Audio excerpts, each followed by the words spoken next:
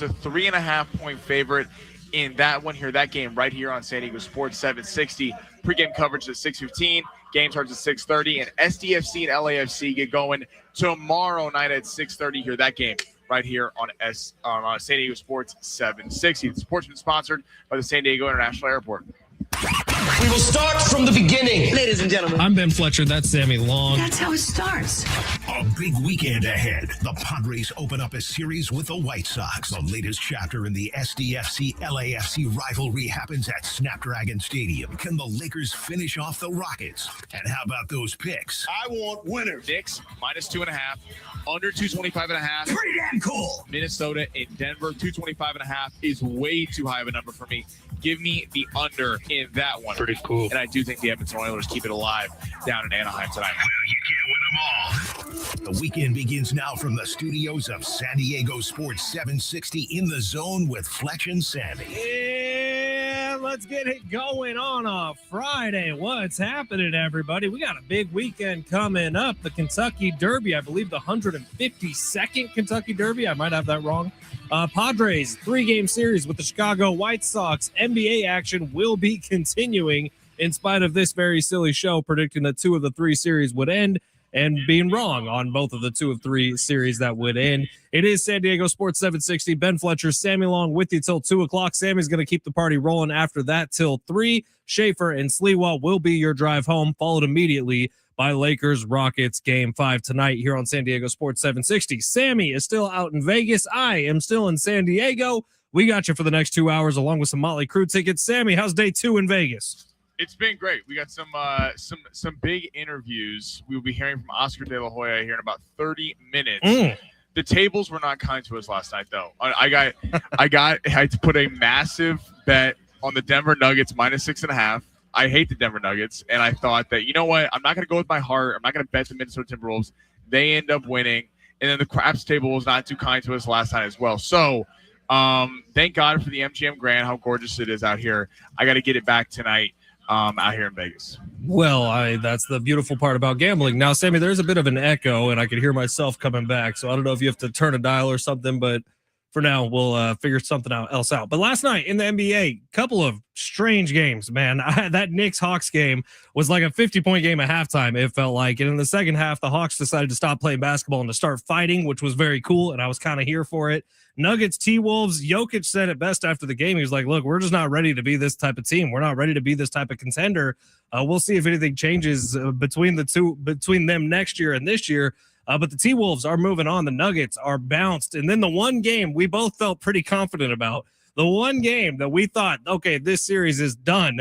Turns out Tyrese Maxey had something to say about that. Puts on a stellar performance against the Boston Celtics. Sixers stay alive. Celtics still in it. I don't know if this is going, well, it is going 7. I don't know if this is going the way of the Celtics, though, Sammy. Can you hear me right here? You sound perfect. Okay. Excellent. In fact, better than you've sounded in 2 days. Okay. All right. That game was crazy. I'm shocked. Now, I'm kind of bummed at myself because before the series, I kept talking about how the Sixers were live dogs, but they played no defense throughout the whole year. And Joel Embiid coming back, who would have thought that the Boston Celtics, one of those 3 teams that I think in a small championship bubble, I think a lot of people kind of felt like the Spurs, Oklahoma City, obviously, and then Boston was in that kind of tier above everyone else's. And Tyrese Maxey and Joel Embiid are 1 win away. And you talk about, like, Tyrese Maxey's not going to get blamed if they lose Game 7. They're going to give Tyrese Maxey all the credit in the world for even pushing it to a Game 7. But Joel Embiid, just like Kevin Durant's not playing for the Rockets, Joel Embiid and James Harden probably have 2 of the most pressure, the players with the most pressure on them in this postseason because they're veterans who haven't gotten it done in the postseason, whether that be because of injuries or whether that be because of bad performance. Joel Embiid and the Sixers going into Boston. By the way, they had this opportunity a couple years ago when James Harden was with the Sixers and Joel Embiid, and they came up short.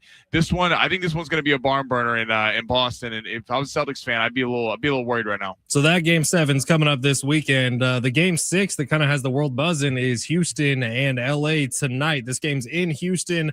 The Lakers need to win it, man. They're in danger of becoming the first team in NBA history with 2 losses to be the first team to ever give up a 3-0 series lead. It certainly feels like all the momentum is with Houston right now. And if the Lakers can go out there and get a win on the road. That's great. I don't know if I see it happening, if I'm being completely honest, but the Rockets will be without KD once again. And you heard like Coach Quintero yesterday on our show kind of said, look, the Clippers would be, or the Rockets would be better off if Kevin Durant doesn't play in this game anyways. And now we know for a fact he won't be playing in this game.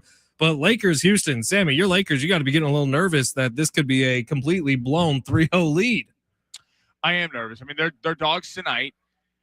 It was also concerning how the Lakers out-rebounded Houston the other night 41-34. One of the few times in this series that that's actually happened, because even when the Lakers went up 3-0, the Rockets were dominating them on the glass. And DeAndre Ayton had a huge game, 18 points, 17 boards, and they still lost. They didn't bring a lot of energy in Game 5. We got into that a little bit yesterday. And tonight, I mean, you don't want to send this back to a Game 7. I mean, Houston is going to be rocking tonight. They believe they can do it. All the pressure is back on the Lakers.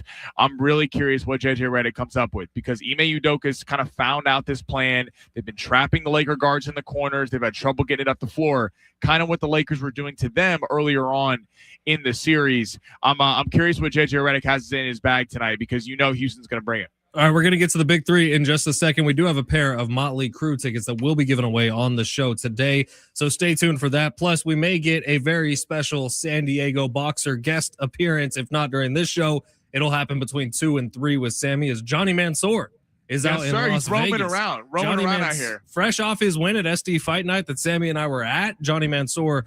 Hopefully we're going to get him on the air. I really, really like that guy. We had him on once before. Would love to get to chat with him again. But, yeah, you'll hear Sammy's conversation with Oscar De La Hoya coming up at 12:30. I got a little sneak preview of this, and I got to be honest, Oscar De La Hoya said something that you can never unsay. Like, and Sammy's head can only get so big, and Sammy being the boxing nut that he is, I will literally take this for the rest of his life and run with it and say, hey, that one time Oscar De La Hoya said this about me.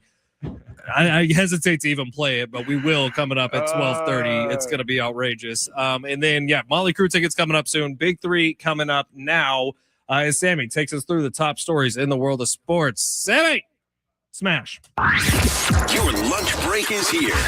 Ready to go back to the office and knock the socks off your friends? I mean, coworkers? It's time for the top stories of the day. The Big Three. Seriously, like one of the most recognizable faces, voices, names in the world of boxing paid Sammy one of the fattest compliments I've ever heard. I don't fully understand it or know where it came from, but you'll hear it coming up in just a little bit. Sammy's still buzzing off of it. He doesn't care if he loses $1 million in Vegas. That was all he needed. All right, Sammy, where are we going? All right, let's go. So last night, the Denver Nuggets get eliminated by the Minnesota Timberwolves, and I don't think anyone saw that coming, especially after no Anthony Edwards, no Dante DiVincenzo, no Ayo DeSumo last night for Minnesota. He was a late scratch. When we get to Jamal Murray had an awful game for 17, 12 points. Jokic had 28. But did we over-evaluate Jokic and Murray as a combo? Because we kind of, when they won that first championship, we thought they were going to go on a dynastic run, and now they've been eliminated in the first round a couple years later. I'll tell you, watching that game last night, I don't know that we over-evaluated them, maybe a little bit, but I think we under-evaluated the impact that Rudy Gobert can have on Nikola Jokic. And he may be the only player in the NBA who can do this, by the way. Rudy Gobert's been one of the best defensive players in basketball over the last decade, probably. And he really nullified a lot of what Jokic is great at in this tournament. And he really bumped up the physicality a little bit. And then when you have Jaden McDaniels as the scoring threat that he emerged to be, especially in this series, I think it was a really, really bad matchup for the Denver Nuggets. And I think if they had played pretty much anyone else, they might have been okay. Like, I would probably take Denver over both Houston and LA at this point. But in the first round, getting that matchup and getting the performance they got from Jaden McDaniels and getting the defensive pressure that Rudy Gobert put up the entire series, it feels like you needed Jamal Murray to be extra special. And I don't know that he gave you special at all in this series. I think it goes to show that when they won the championship that year, what was it, 2022? Or 2023? And you had guys like Bruce Brown on the team. You had elite level wing. KCP was on the team that made up for a lot of the defensive deficiencies that Jamal Murray has. Nikola Jokic's not a good defender either. We don't talk about that a lot with him because he's such an amazing offensive player, kind of that point center. When we talk about it with Luka, we talk about it with a lot of guys in this league about how they don't play defense, and it's a fair concern. But we haven't really heard that about the Denver Nuggets from Nikola Jokic and them, and I think we're going to start hearing that because that was a bad loss last night. I mean, they lost by 12. Minnesota dominated that whole game, and having 3 of your top leading scorers out in the game, and yet you still outscore Denver, holding them to 98 points. That was a bad look for Jokic and the Nuggets last night. They got to have some wholesale changes to kind of revamp that roster. Who next? By the way, is Jokic going to retire a Nugget? That's a great question. What do you think? I would probably say yes, because I don't feel like he's the kind of guy that's going to be flopping teams to go win chips. I also think he may retire early. Like, he might just want to move back to Serbia and race his horses, you know? Yeah, right. He doesn't feel like a guy that's so concerned about his legacy in that sense. I mean, he's got his MVPs. He's got his championship ring. If he was all about, I'm trying to be one of the greatest ever, then you'd probably flip teams, but I bet he probably will stay. All right, we're going to horse racing. Let's go. We get to talk some horse racing on a Friday, the Kentucky Derby. So me, Rich Ornberger, Travis Dale, and Tony Conja from Keg and Bottle, we have an $80 bet in on the Kentucky Derby that we all combined for. I have no idea what it's on. Tony's in charge of it all. He just asked us for get that bet. He just asked us for money this morning, and we all just ponied up $20 immediately. So hopefully I'm rich. You did there. We will have Kentucky Derby picks coming on long shots at 12:50. So make sure to tune in for that. But where does the Kentucky Derby stack in terms of events, sporting events on the calendar throughout the year? I mean, in terms of events that are only 2 minutes long, it's the best. Like, it really is the best 2-minute event. What do they call it? The best 2 minutes in sports? And that's accurate. The Kentucky Derby is great. I think the pomp, the circumstance of it, it's one of those events I would love to go to once in my life. It's also one of those events, I'll be very completely honest, I've maybe caught the whole thing live 2 or 3 times in my life. It's not something that really marks its way onto my calendar. I love watching the recap. I love hearing the announcers. I think they do a great job. The pictures of all the NFL players who put on a suit their one time a year they do is always fun. It's not something that is going to be a March Madness for me or a World Series or even an opening day for that matter. But it's very, very fun for what it is. And it's something to gamble on with your friends. I love the Derby. I love the whole going for the Triple Crown with the Belmont and the Preakness. It really gets fun, too, when you have a horse that's trying to do the Triple Crown and win all 3 of the biggest races. I love the Derby. That would be an event. Like, people talk about the Masters would be unbelievable to go to, the Kentucky Derby, these things that are, iconic. Going to the Derby would be unbelievable. I mean, Del Mar, in my opinion, is one of San Diego's greatest attributes. I mean, every time someone comes to town, we always take it to Del Mar. That is one of my go-to spots. I believe they're showing the Derby too at Del Mar, so if you can go there and watch it. But some of the names this year are great. Right to Party is a 30-1 underdog. The Puma is up there. He's 10-1 this year. Chief Wallaby is 8-1. Pavlonian 30-1. Rich McGuire is saying on YouTube, I'm liking the Puma and the Derby, but I don't think he can get the distance. Commandment beat him last time out. Well, Renegade is the horse that's supposed to win, right? Renegade is the one everyone's talking about. Yeah, we got to find some value, though. Usually on the Derby, who's taking the winner? What's the fun in that? Yeah, you got to take a 50-1 odds. I think Great White is a 50-1 odd. So Rich Paul is back in the news, of course, talking about LeBron. Was asked about if LeBron blew a 3-0 series lead, how damaging would it be to his legacy? He said LeBron's legacy is etched in stone since 2016. I see a lot of guys on shows who talk. I want to come up with a rule. If you weren't better than the player you're talking about, you shouldn't be able to talk about him. That eliminate 99.9% of the ex-players that talk about him. Are those fair comments from Rich Paul? I'd say probably the only part that's not fair is the 99.9. Right? It's 100%. LeBron is better than 100% of anybody I've ever heard talk bad about LeBron. You know why? Because Michael Jordan doesn't really talk bad about LeBron. Michael Jordan talks with a lot of respect, and he's probably the only person you put in the conversation above. Ultimately, Rich Paul is right. Like, I always roll my eyes when I see Kendrick Perkins or somebody say something about LeBron James, and I'm like, really? Really? That's what we're doing? Or in the NFL, what's a good example? Like when Ryan Clark, former Steeler, he was a really good Steeler, but when he starts talking smack about some current NFL players, I'm like, oh, you probably couldn't hold a candle to some of these guys. So I do think it's ridiculous. Now, people on ESPN, they get paid to do a job. Sammy and I get paid to do a job.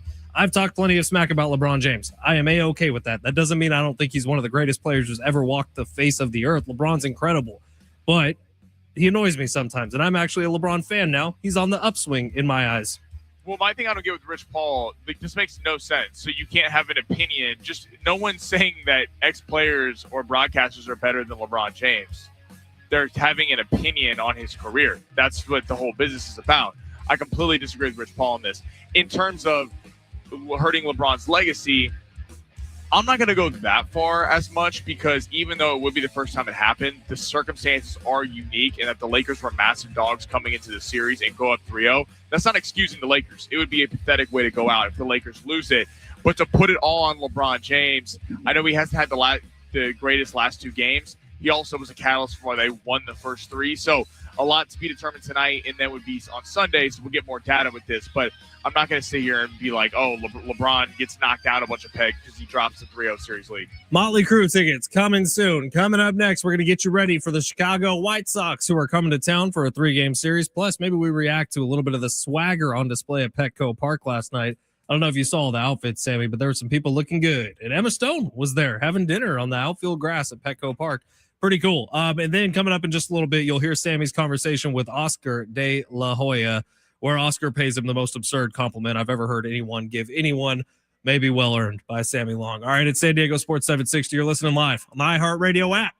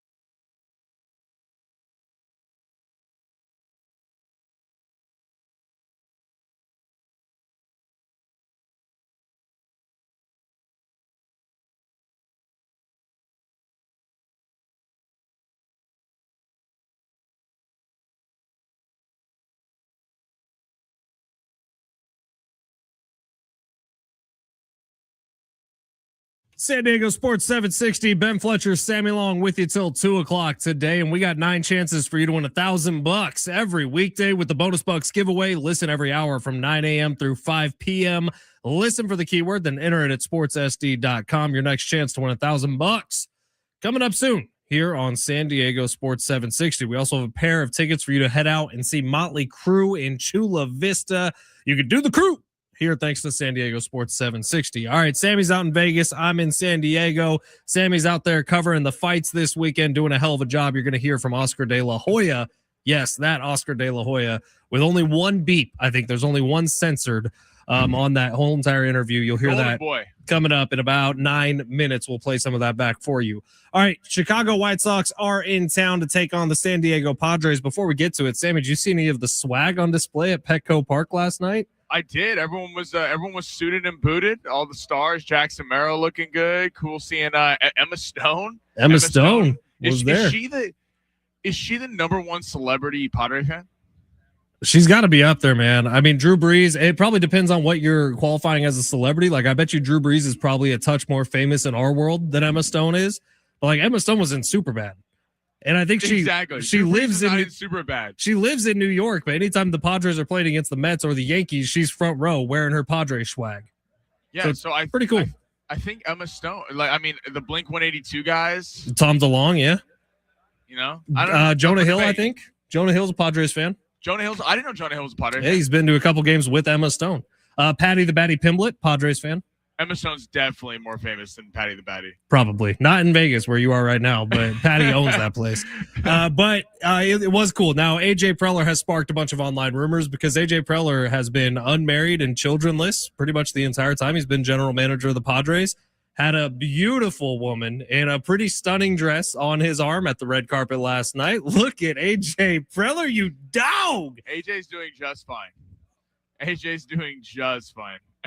I mean, she looked like Olivia Wilde. Like, she was beautiful, whoever that was with AJ Preller. So good for AJ. That's our GM. Are they focused for the game tonight? That's what I'm curious about. That's the rockstar GM mentality. That's the type you need to make trades, be on the phone 24/7. I just credit her for putting up with him because he seems like a pretty neurotic fella who is constantly trying to figure out what player coming up in the Korean baseball organization is the best player to maybe sign to the Padres one day. But good for her. Good for AJ. Absolutely. But White Sox are coming to town. White Sox have won 7 of their last 10. They had a bit of a bumpy start to begin the year. They're really starting to turn it around. Young team, but the organization is in need of a winning season. It feels like it's been a few years since there was so much excitement surrounding the Chicago White Sox, and they fell off a cliff. Had one of the worst years in MLB history just 2 years ago. Seem to be turning it around over the last couple of weeks. There's a long way for them to go, obviously, but this doesn't necessarily feel like just the same old Chicago White Sox coming to San Diego for a 3-game series, and the Padres will have German Marquez on the mound today. We'll see how they do, man, but I'll be honest, there are a little bit of nerves surrounding this series.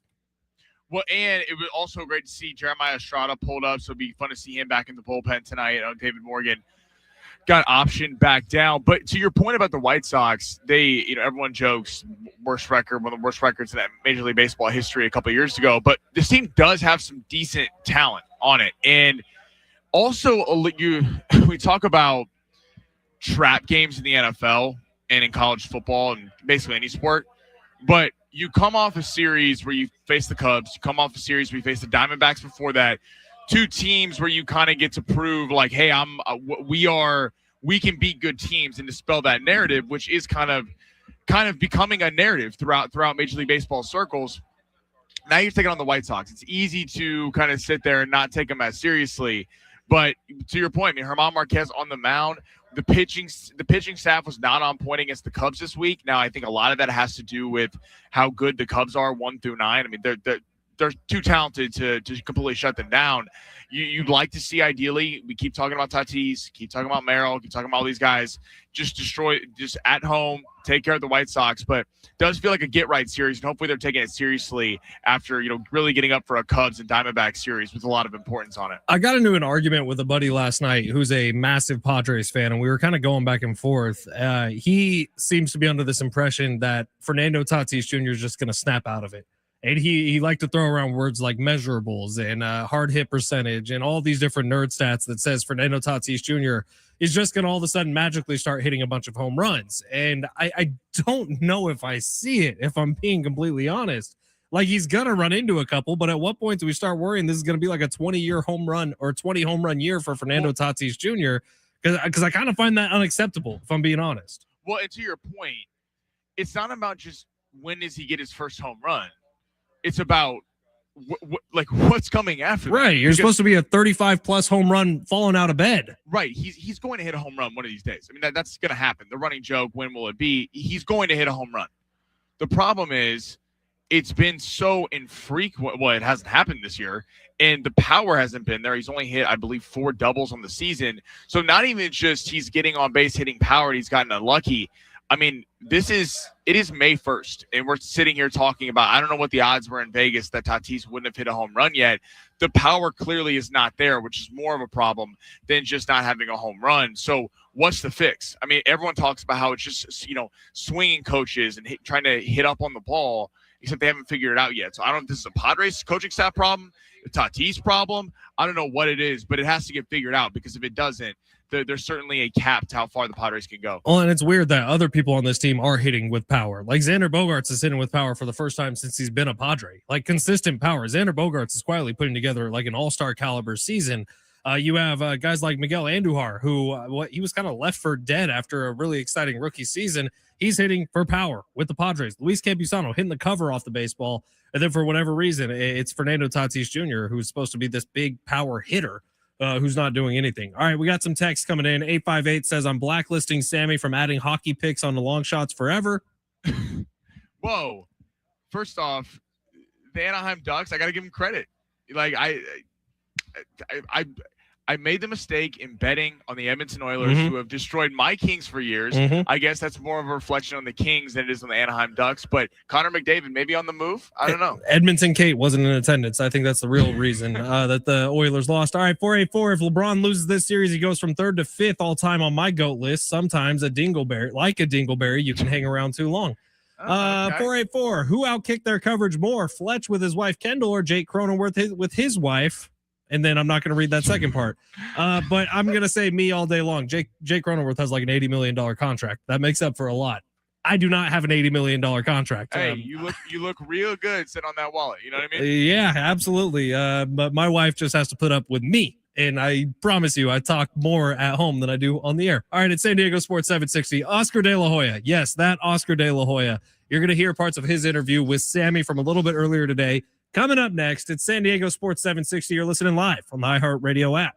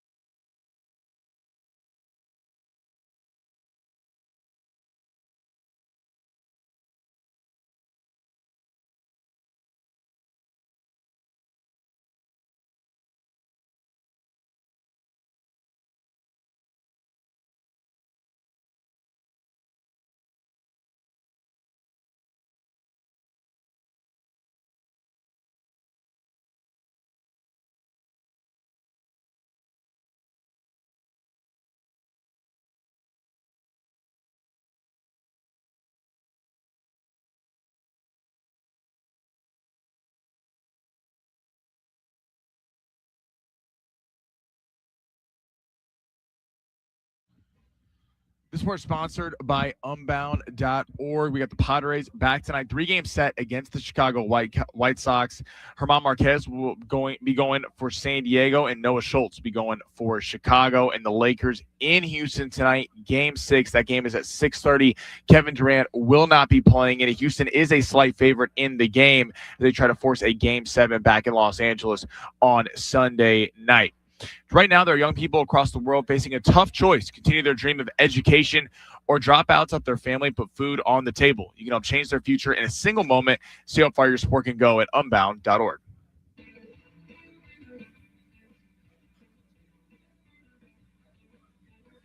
San Diego Sports 760. Ben Fletcher, Sammy Long with you till 2. SDFC back at Snapdragon Stadium tomorrow night. They got LAFC. Our coverage with Adrian and Darren will begin at 6 o'clock right here on your home for SDFC, San Diego Sports 760. All right, we've been talking about it a lot, but Sammy is out in Las Vegas.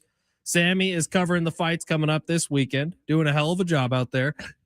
He also got to sit down with Oscar De La Hoya earlier today. Now, Oscar De La Hoya is one of the names that's synonymous with modern boxing. Oscar De La Hoya is a legend. Sammy, you followed his career. You've looked back on his history.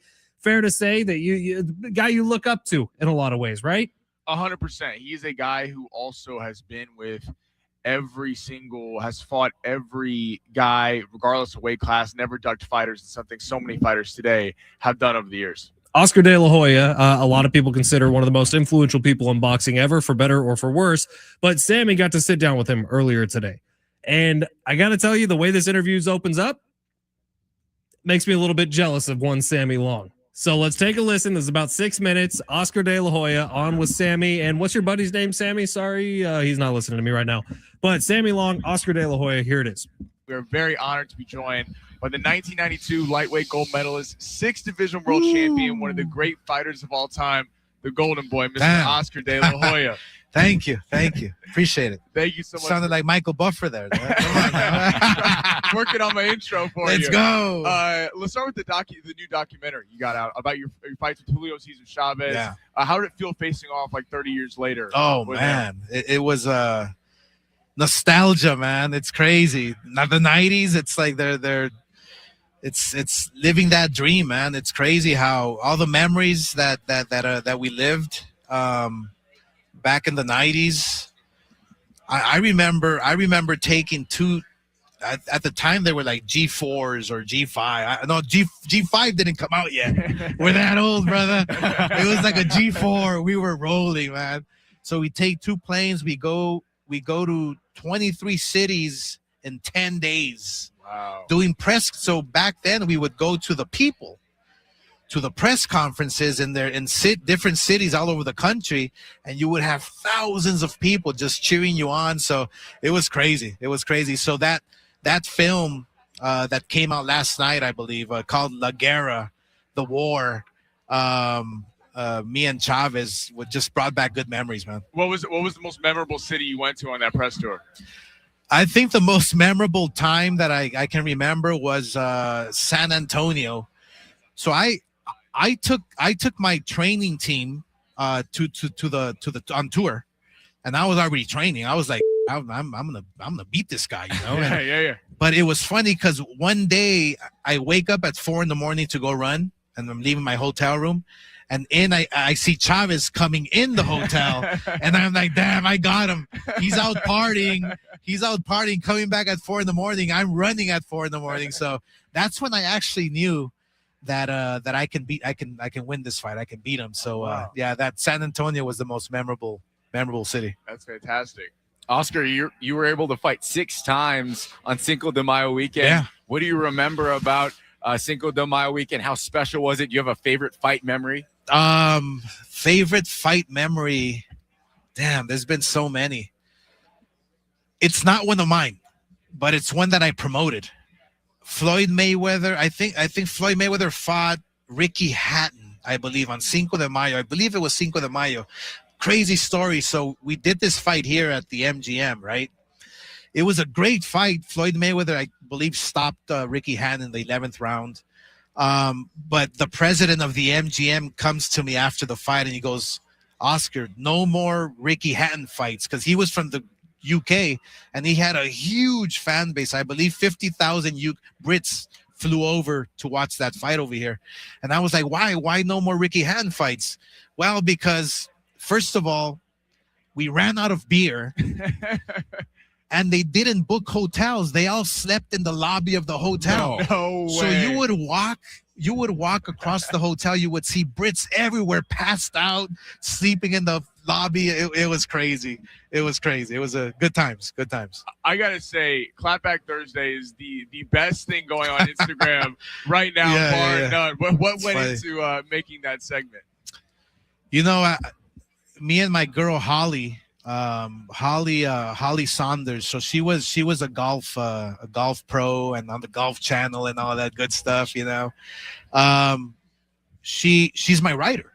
Like, she writes them for me. You know, we'll sit down but one day we were on a Thursday in bed. We were like, man, boxing's kind of slow right now. Like, there's no news, you know. And all of a sudden I get these messages that Dana White's talking crap about me and somebody else is talking crap. And then she was like, well, why don't we clap back at them? Yes, sir. You know, and it's Thursday today, so why don't we do Clap Back Thursday? So it's like every Thursday we try to, if there's boxing news or somebody talking crap about me, we're like, we're going to get you good, man, with the facts. Yes. That's what it's all about, the fact. And it's so authentic and factual. You know, I think that's why it took off so fast. Yeah. Oscar, I remember watching an interview with you with Graham Bessinger, and you talked about cutting weight and making 130, and you said you ate one orange a day. Yeah. I mean, that always crazy, right? Stuck with me. Right. Take us back to that time. Whoa. What do you remember about that time, training and then eventually fighting in the ring? So my first world title fight was, man, believe it or not, at 130 pounds. I was a stick. And so I remember weighing in, you know, like we're going to do later on Friday afternoon. And the fight was at 130 for the world title. I get on the scale and I'm a dead man walking. I can barely, you know, stand up. I make the weight, and the manager of the other fighter, of the world champion, they're from Denmark. He tells me, I have the rule book here, and it says that you have to weigh in the day of the fight, or else we're leaving. And I was so hungry to win that world title. I was like, you know what? I'll starve myself, man. So leading up to the fight, like 2 weeks before leading up to the fight, I would eat an orange a day, literally. A lot of water, but an orange a day. And so the night of the fight, or the day of the fight, that Saturday morning, I weighed in again, 128. So I was just, I had no energy whatsoever. I eat my little orange. I fight three hours later, knocked them out in the 10th round. I was angry, man. I was hungry. I was angry. I was angry, brother. Well, thank you so much, Oscar, for everything you've done for boxing and do for boxing, and joining us on Not Quite Ringside. Thank you, brother. Thank you for having me. And it should be a good fight, man. Cinco de Drinko, baby. Let's go. Yes, sir. Oscar De La Hoya on with Sammy from a little bit earlier today for his Saturday show called Not Quite Ringside. Sammy, you still pinching yourself over there? Still am, yes. Cinco de Drinko. That's how Oscar De La Hoya ends an interview. It was fantastic. He's a legend, man. That was pretty cool. And he compared you to Michael Buffer, which is crazy. Yes, I know. We did the whole. I was like practicing that. He was like making his way over. I was like, we gotta gas. I mean, he's Oscar De La Hoya. We gotta gas him up. But no, he was great, man. It was super cool for stopping by. Fun storylines, fun looking back on some of the big moments in history that he's been involved in. The story about the drunk British people in the lobby of the hotel is hysterical, man. And I feel like I bet you that's kind of what would happen with Conor McGregor and some of his UFC promotions in Las Vegas. All the people that fly in to see him, I've heard stories that either whether it was at the MGM or at T-Mobile, like literally the hallways would be jammed with so many Irish people just chanting and singing and going nuts. For Conor, they would sell out Vegas for the entire weekend, but none of them would get hotel rooms. Dude, so they'd just be running around drinking and gambling and not sleeping. I know that was unbelievable. Yeah, like no more Ricky Hatton in Vegas. That was a great story, man. He was, and then his story of going out of the hotel room and jogging past, I believe it was Julio Cesar Chavez. So he knew that he was going to be, he was out partying, he was out training. He knew he had him in the fight, and that's what Sammy's been doing in Las Vegas this entire time. Don't try to fight Sammy right now; he would lose. All right, it's San Diego Sports 760. We got long shots coming up next. Little Preakness involved in long shots. Little Derby involved in long That's shots. what I'm talking about. Oh yeah, it's not. What is it? Churchill Downs. Yeah, previous a couple weeks. That's right. Churchill Downs involved in long shots coming up next on San Diego Sports 760 live on the iHeartRadio app.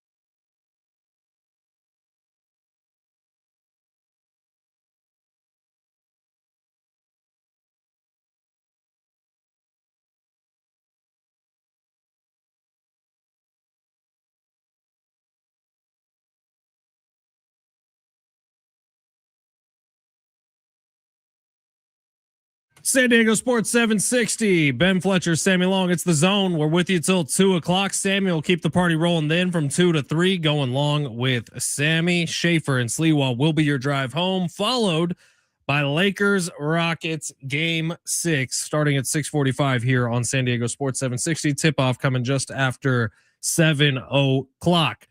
I'm going to say this one time. I don't want that Lakers Rockets game sniffing long shots, Sammy. You don't want the Lakers a part of it at all? Nothing to do with Lakers Rockets on long shots tonight. I know you'd say you're so good at Lakers picks. I don't remember a single one ever hitting. I think, listen, the Lakers picks have been good for 3 straight days, 3 straight times, and then they sold us the other night. So maybe I stay away from them. Maybe I don't want to put that burden on them tonight because I'm going to be watching, sweating in the sportsbook. I will definitely have some money on the Lakers on the money line, but if per Ben Fletcher's request, I will not have them a part of it. All right, now another question here. Do we need to make a Twin Spires account for the Kentucky Derby? Because I'm not seeing anything on the app we've been using for the Kentucky Derby. They probably will release the odds tomorrow morning. Hopefully. There's ways to get the Derby. Well, I know the Twin Spires app, I think, is also legal in California, and that's like the official Kentucky Derby app. And I think they stop a lot of other places from allowing you to do anything with the Kentucky Derby because it's like its own atmosphere. Well, whatever way we need to get to be able to place on the Derby, we need to do because the Derby is one of the most bet events of the year, and you got to have a little action on it. You don't know who the horses are. All right, well, let's get it going. Long shots with Sammy right now. You looking for some luck? Want to win big? Gotta play big. You are so money, you don't even know it. Time to take a chance Pay that man his money. with long shots. By the way, Sammy, YouTube, Jay Sills giving you props for that interview with Oscar De La Hoya. I should probably give you some props as well. Very nice job with Oscar. Thank you. I appreciate it. Not always easy jumping in the middle like that with somebody, but you did a great job with that. And Oscar, it seemed like a pretty easy interview. It's kind of like Steve Hartman. You just said, hey, and he told a bunch of stories. Sit down. He just goes. No, I appreciate that. It was fun getting to talk to him. All right, where are we going? All right, we're going to the Derby.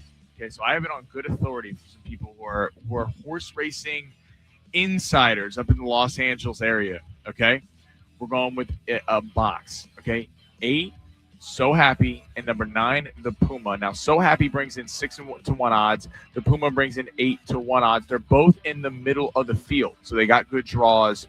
The Puma is trained by Gustavo Delgado. They're a serious contender. And Mark Glatt, who's also a very good trainer, is going with So Happy, number 8. Renegade is the favorite here, but a lot of times in the Derby, it really is about where you're positioned. Because sometimes the top horses can get put on the outside, or you can be too far on the inside, and you can get boxed in. I like both of them to break late. So give me horses number 8, So Happy, and number 9, the Puma. Rich McGuire liked the Puma earlier as well. Give me a little exacta box, 1 and 2, whatever you like there for the Derby. All right, we're going to go on to boxing. It's with the fight I'm out here for it, David Benavidez and Zurdo Ramirez. Now, Benavidez is about a 4-1 favorite in this fight, and it makes sense. Benavidez has moved up in weight.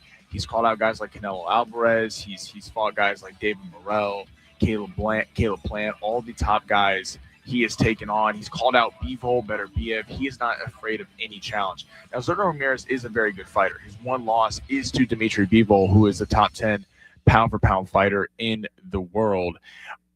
I think Benavidez wins, but I like it by decision. Okay, I don't see the knockout. Zurdo is a very tough fighter. He's went all 12 rounds in each of his last 3 fights. So I like David Benavidez to win, but give it by decision. The KO's juicy at plus 290, but Zurdo's too tough.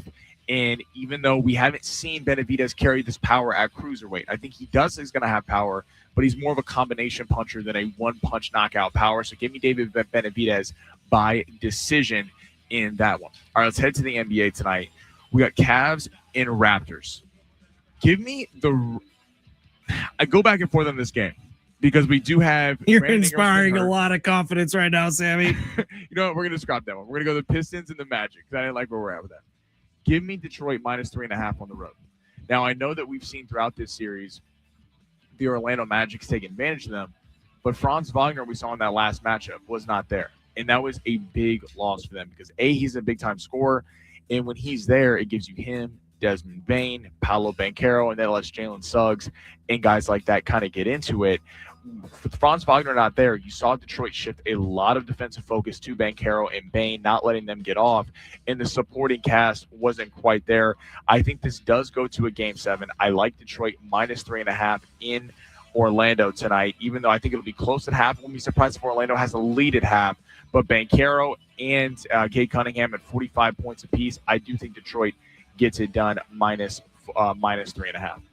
All right, I like it. So Exactabox, to make sure I have this in my head properly. If you're taking So Happy and Puma, either way, if those two are 1 and 2, no matter which one is 1, which one is 2, you're winning. Right. You don't want to. You don't want to just take it one way. There's nothing worse when betting horse racing when you take two horses and they finish top two, but they finish in the other direction. So you want to box it so they're both in there. So Happy and Puma. I believe Puma was 10-1, So Happy 15-1. Both of them middle of the pack. Neither of them expected to win, but we're going with them at 1 and 2. Yes, I have an inside tip. I'm telling you, So Happy and Puma. Reveal your sources, sir. Position. But this didn't come from Sammy's brain. This came from somebody else. This came from some very, I believe, KFI, Tim Conway Jr., one of the big voices up in KFI. He is a massive horse racing handicap. I like this from him. Okay, so I just sent that along to a bunch of people. So there's going to be a ton of people in Southern California now who are betting an Exactabox with So Happy and Puma. Yes. I know. I'm betting it too. I'm literally going to place it right after I get off air. All right. I mean, I'm into it. 619 saying I use TVG to bet on the ponies. I'm guessing that's an app or a website of something. 619 says a recent interesting lesson in the ability of fans to influence team decisions. The Phillies' poor play at the start of the season with a 10-game losing streak was met with a strong fan reaction, critical of the manager when calling into local sports radio. Was the only reason the manager was zipped. Was it the only reason the manager was zipped? No, but it feels good that the fans had a say in making changes, which I think is a good thing. Love the show from Brian. Yeah, it's funny. I did this morning. So you take 4 of the top 7 spending teams in Major League Baseball this year. Red Sox really struggling out the gates. Phillies really struggling out the gates. Mets really struggling out the gates. And there was one more in the top 7. I can't remember who it was, but there were 4 teams really struggling who are all in the top 7 of spending. 2 of those teams, Red Sox, Phillies, have already fired their managers. It is crazy when you get owners who invest big time into a team and then you get fans who are pissed off. And it's not a coincidence that it was Boston and Philly where this happened. The fans can make a huge impact. Right. And it's a good thing, I think, for sports. Like Cora doesn't probably deserve to have his job anymore. Thompson doesn't either after those starts. But it's crazy in baseball, which has played over 162 games, that within the first 30 games, you can already be so ticked off as a fan base. You could already be so ticked off at an owner's suite that you're already ready to fire guys. In Alex Cora's case, he's been the Red Sox manager forever and had a ton of success with the Red Sox. It's wild that this is already happening. It is. It goes to show in two sports towns where, I mean, Philly and Boston, whatever you think about it, you got to give them credit. I mean, they are towns that care about their sports. I mean, the Eagles won a Super Bowl 2 years ago, and people were ready to fire get rid of Jalen Hurts, get rid of Nick Sirianni, blow everything up after not winning the year after. People can say it's too dramatic, but it also holds teams accountable, and that's why they can't be bad for years because people will simply stop showing up. There's a fine balance of supporting the team, but also not being so in love with your team in whatever decision that they do is golden. Because if that's the case, then you have managers, and there's not a lot of reason for change from ownership down. Phillies and the Red Sox have some of the most aggressive fan bases in the sport, which is why they're not putting up with mediocrity. All right, coming up in hour number 2, we are going to talk some ponies potentially with Steve Hartman, a longtime voice on this radio station and many others across Southern California. Steve Hartman will be by most likely for his weekly appointment at 1:30. Plus, the tickets for the World Cup. There are still some available if you would like to see the U.S. men's national team in the World Cup, but you're going to have to dig deep into that savings account. We'll tell you all about it coming up in hour number 2, as well as continue to get you ready for the finales of a lot of these NBA postseason series and a 3-game series with the White Sox coming up this weekend for the Pods. It's San Diego Sports 760. You also have Motley Crue tickets coming up in hour number 2, live on the iHeartRadio app.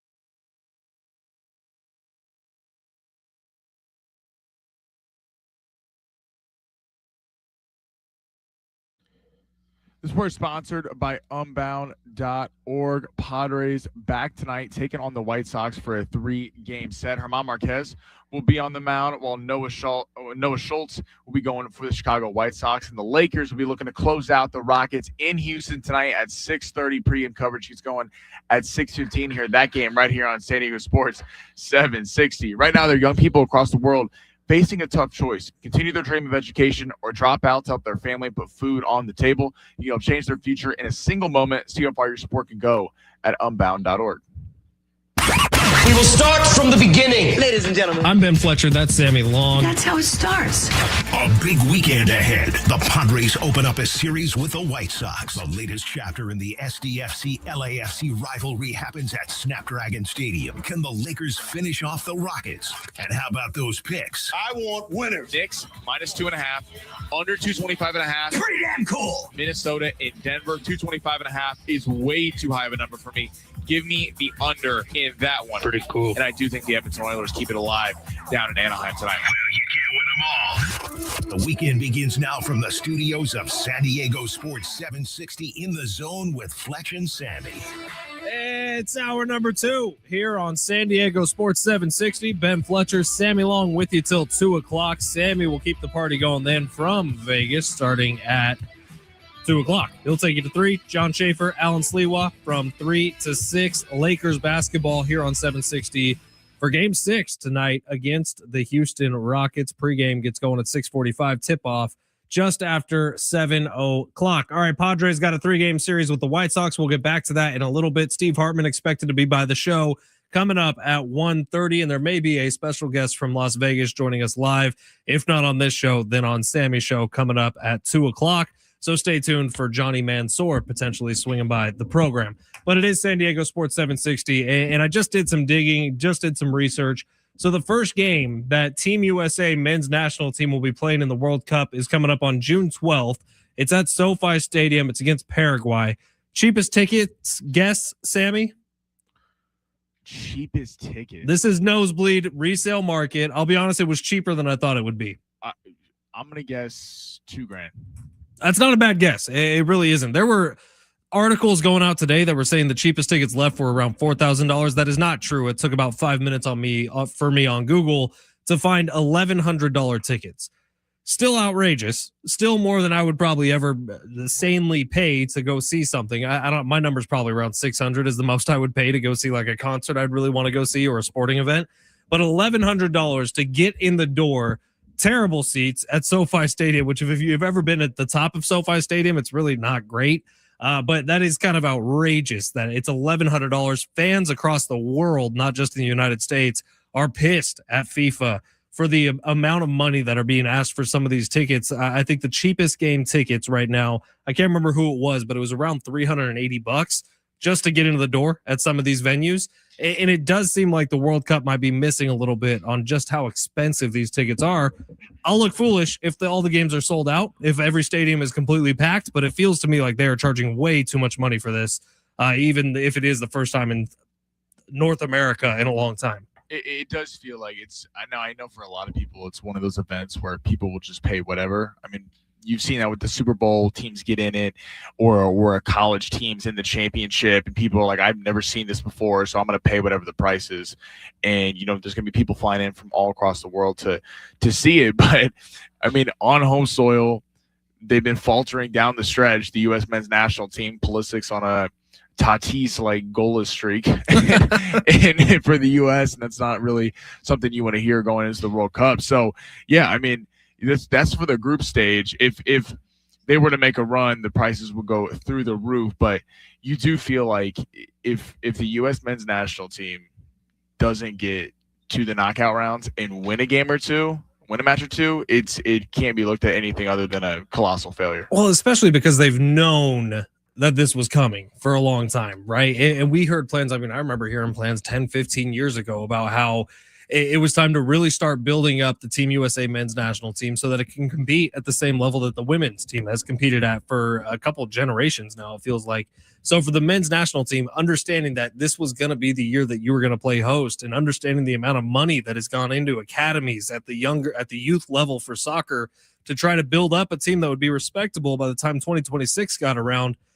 The hope is that they got everything right and you put the money in the right people, and that hopefully by the time this thing comes around, like June 12th, they're able to go on a little bit of a run here. Because you're right, Sammy. If it's on this big a stage, on the world stage, and you've known that you were gonna be hosting for a long time, and you've built everything towards this, and you just fall and flat on your face in this, it would be pretty pitiful. Much like day one of Sammy Long in Vegas, he was on fire, up a couple $100. Day two says it wasn't very kind to him. So what is the strategy before we get to the big three for day three in Las Vegas? How are you making the money back? So I got a buddy coming out. He's landing here in a few hours.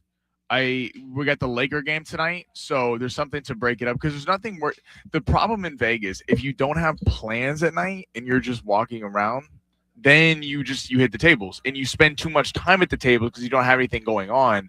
But if you got a show, if you got a game, if you got some things going on, like tomorrow we're going to the fight, so it will limit our gambling to a smaller chunk, which therefore lets us to bet more aggressively because it's only for a short period of time. So that's how I'm going to get my money back tonight. Can I tell you the strategy that actually worked out nicely for me the other day?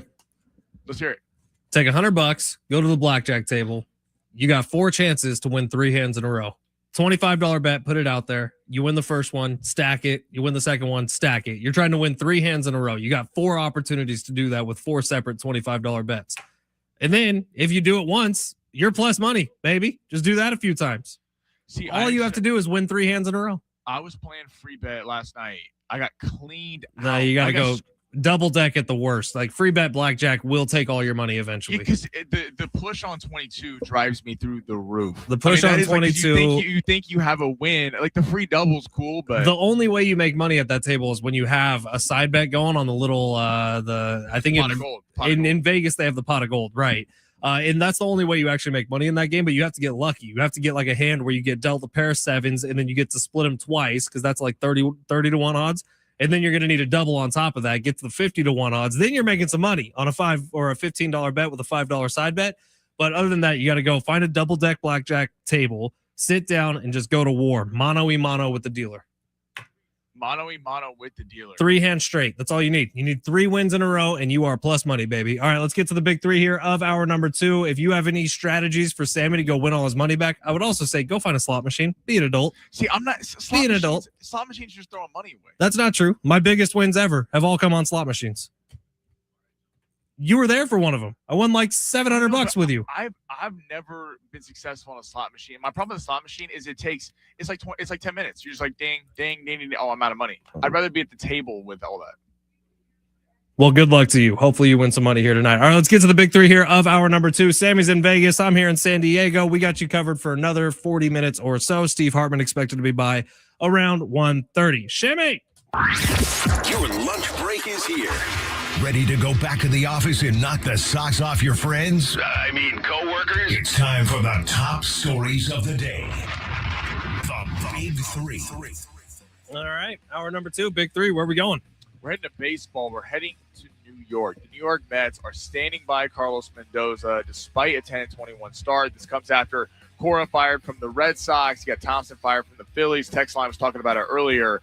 Is this the right move for the Mets to not kind of blow everything up right now? So the Mets are in some trouble, man. They're one of those teams with an extremely high payroll with very little success so far this year.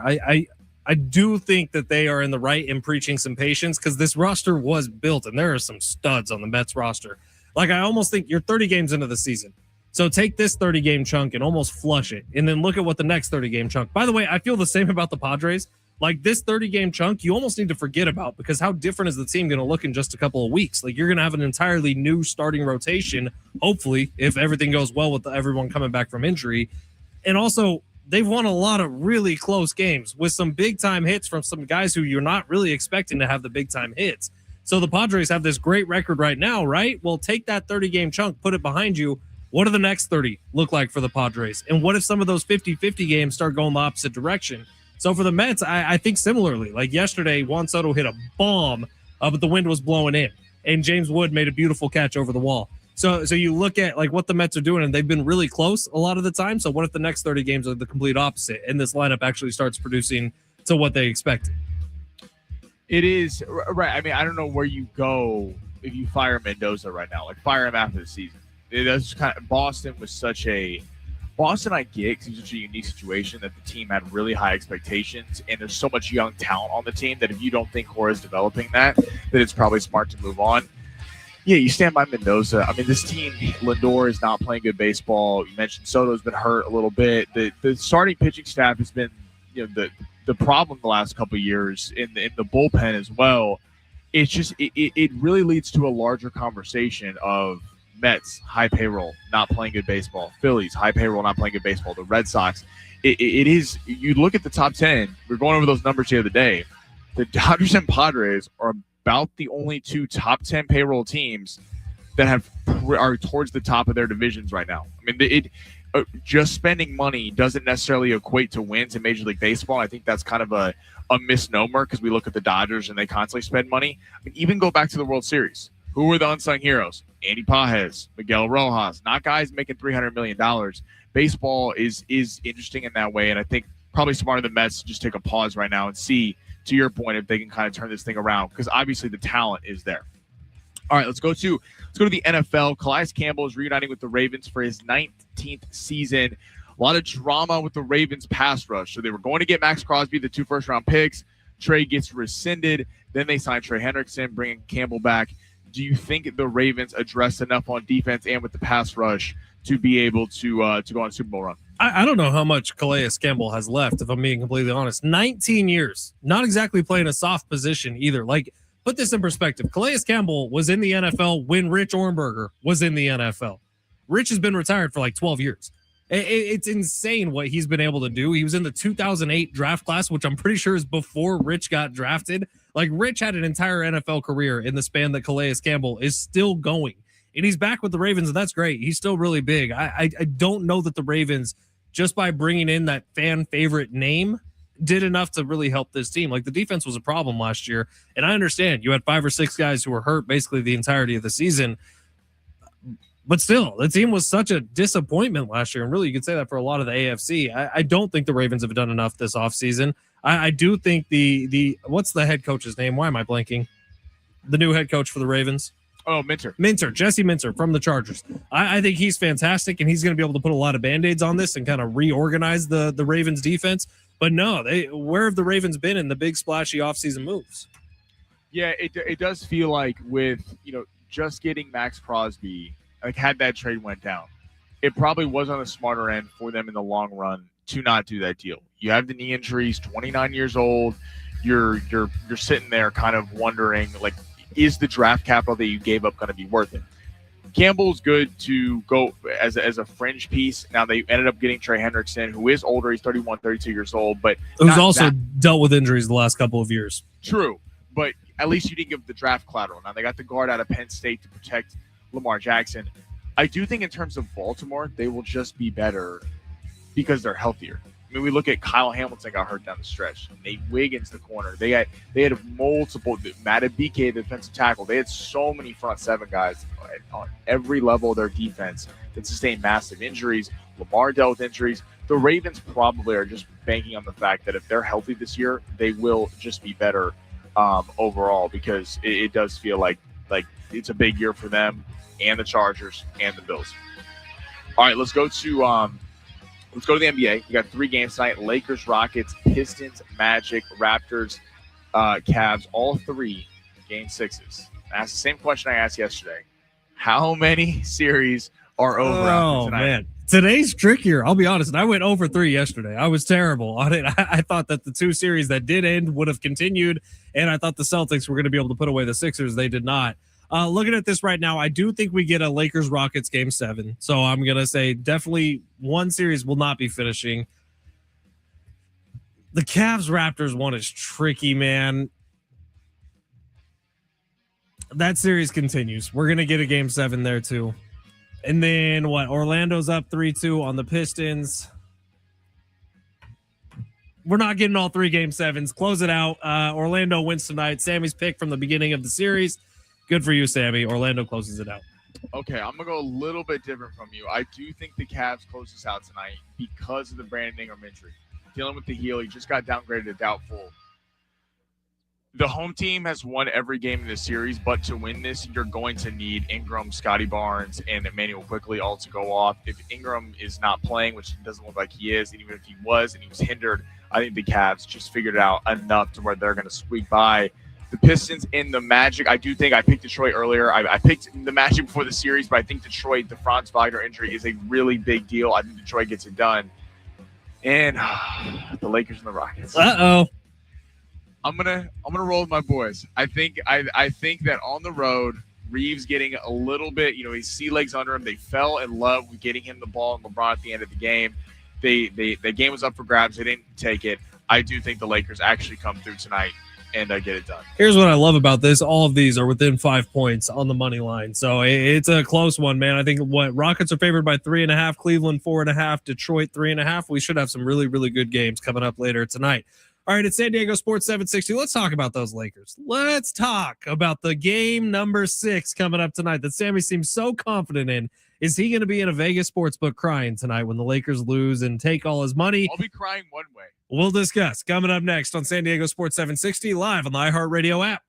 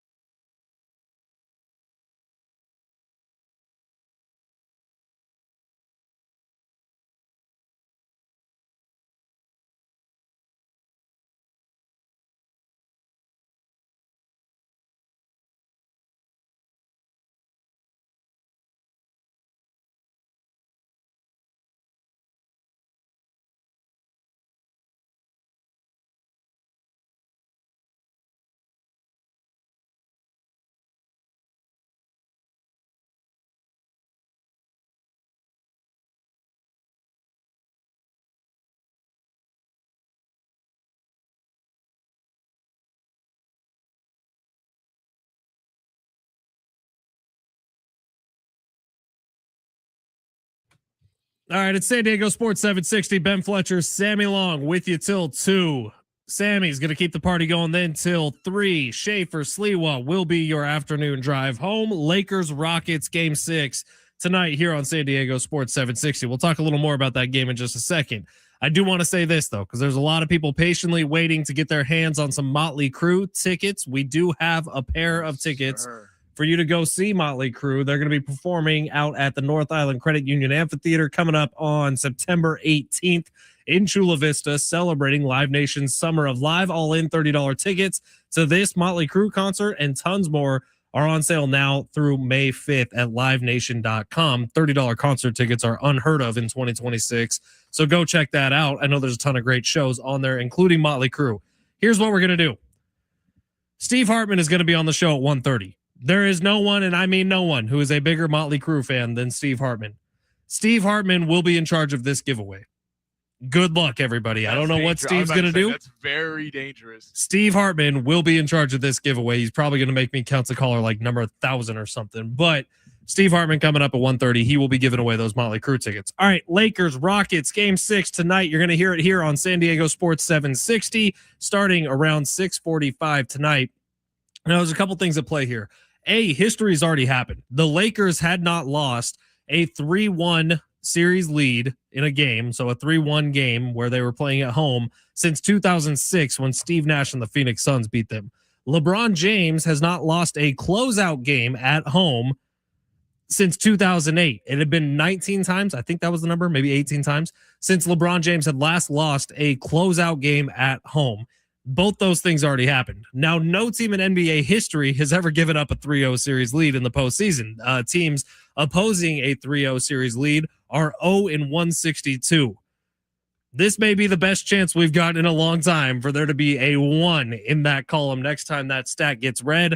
Sammy Long's our resident Lakers fan. He's probably putting money on the Lakers tonight, even though I told him he should hedge a little bit and maybe put money on the Rockets. So if I don't do emotional hedges. Right, but if you're sad, then you could get happy because there's money. Yeah, but I'm not going to sit there and be like, oh, the Lakers lost, but I made money. Like, so what is the path for the Lakers to win tonight? They have to get back to what they did the first 3 games. They have to stop turning the ball over. Re-injure Austin Reeves back. That'll do it. They cannot. They had 24 turnovers in Game 4, 15. So they cut it down with Austin Reeves there, but some really inopportune turnovers. Mainly, remember the LeBron, the Reed Shepherd steal when the Lakers cut it to 3. Some really untimely turnovers, and they cannot play iso ball.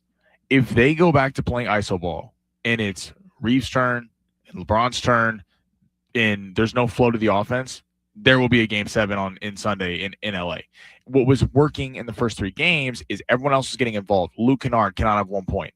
Marcus Smart went 3 of 7 all from 3 in the other night. He only had 11 points. Rui has to be more aggressive. So the role players have to step up. It cannot be just LeBron, Reeves standing around trying to get their buckets, because they'll each score 20, 30 points, but they won't win the game because they'll be gassed out by the end of it.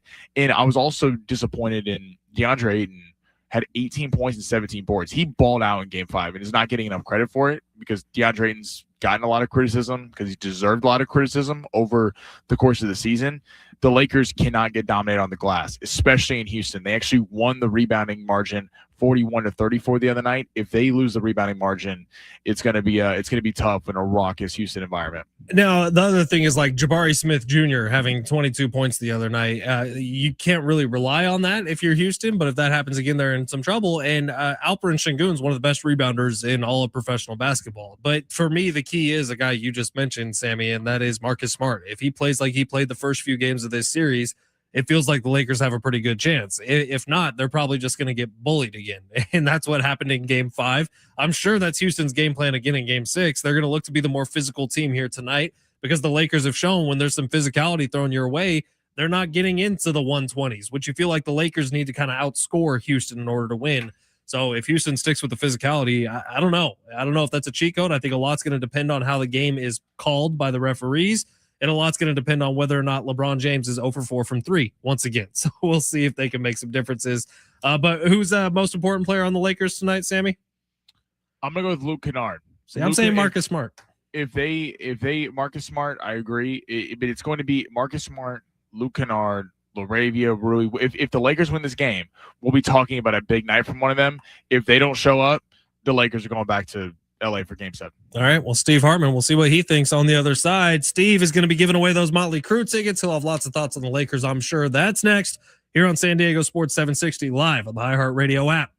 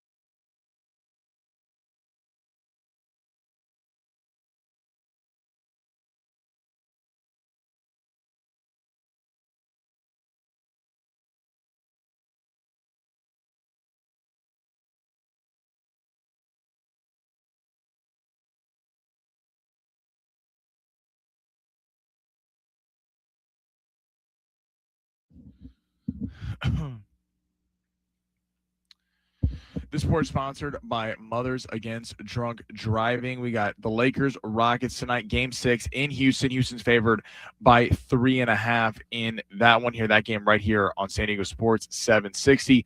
SDFC taking on rival LAFC tomorrow live from Snapdragon. That game will be at 6:30 here, right here on 760 as well. And the Padres back for a 3-game set against the Chicago White Sox. Herman Marquez will be making the start at 6:40 tonight. For victims of drunk and drug driving, your grief is unique, but you're not alone. You always have a place at MAD. Call the 24-hour victim helpline at 877-MAD-HELP or visit mad.org.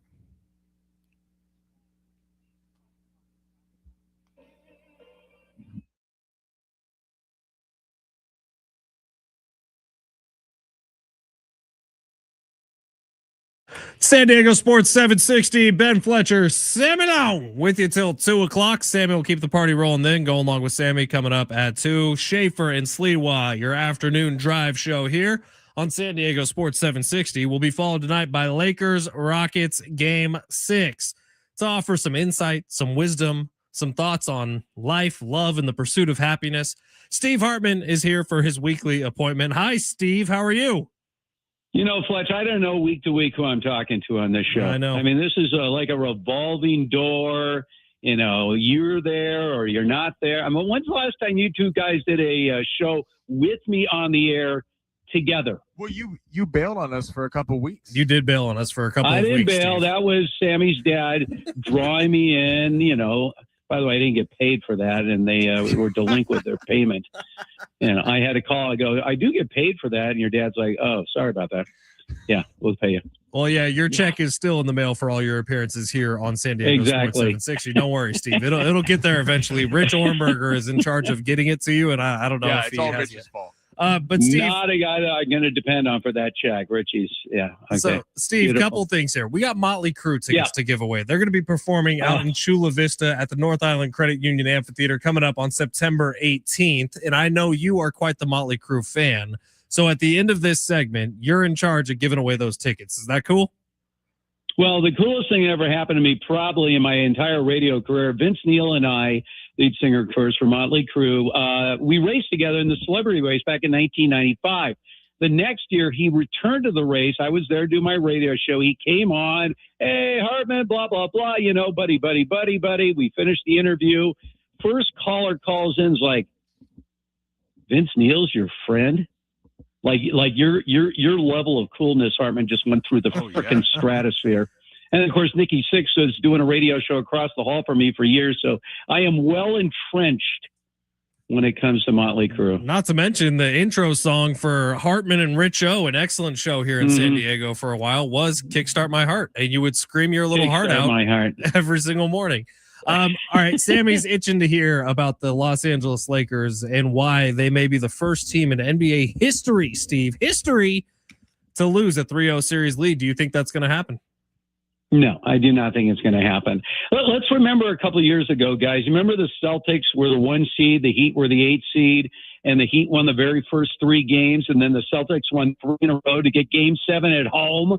And so we're like, all right, well, you know, they're not going to lose a Game 7 at home, and they got blown out. Look, I could easily see the Lakers winning tonight. I think, you know, Austin Reeves had a lot of rust. He had been out for 3 weeks. You know, it showed he didn't shoot the ball accurately. You know, Kennard could not make a single shot. You know, I mean, he was absolutely awful. So my guess is this is a very young Rockets team, obviously, with Durant out again. I have no idea the Kevin Durant story. That's going to be the biggest story of this entire series. But the way I see it, don't be surprised if the Lakers close it out, Game 6, on the road against the Rockets. And even if the Rockets sneak out a win, the Lakers will not lose the series. We'd love to hear that, Steve. Uncle Steve bringing some heat. What if, let's just say, though, for sake, let's say the Lakers did blow it. How much would this affect you or at all in LeBron and the kind of GOAT conversation for you? Well, guys, again, you know, let's talk about your new compatriot, Alan Sliwa over there. I asked Sliwa right after I got the news that he was going to team up with John when I was filling in over there at 570 in L.A., whether or not anything that could happen, this before the series, I go, is there anything that could happen during the series, good or bad, that would have any impact on LeBron James's future with the Lakers? And he said, no, that decision's already been made. I believe that. A decision has been made. Doesn't mean he's going to be gone. It just means that they will have a number. It's going to be a low number. Take it or leave it. And it's going to be as simple as that. So whether they win this series, lose this series, make history by, blowing a 3-0 lead, it really doesn't matter. The decision's already been made with LeBron James. Now, Steve, something that's near and dear to your heart as well as my heart, the PGA Tour. It looks like there's some news surrounding Live Golf that it could be folding completely, leaving a bunch of golfers who accepted hundreds of millions of dollars homeless and without a league to go home to. Now, I've heard Dan Patrick's take on it, where he said absolutely the PGA Tour should punish these guys, the John Rahm, Phil Mickelson, Bryson DeChambeau, Cam Smith, and make them wait a year, make them do the charitable payments. I feel very differently than Dan Patrick. I'm saying get them back on the tour as soon as possible. I don't care what you charge them in a fine. Where do you come out on this? Because I think for the betterment of the golf, you got about 10 guys who are between 26 and 35 years old right now who are about as good as it's ever been, but you need them all playing in the same place. Do you want to see punishments handed out, or do you want to see everyone playing again right away? Well, first of all, you already charged Brooks Koepka $5 million.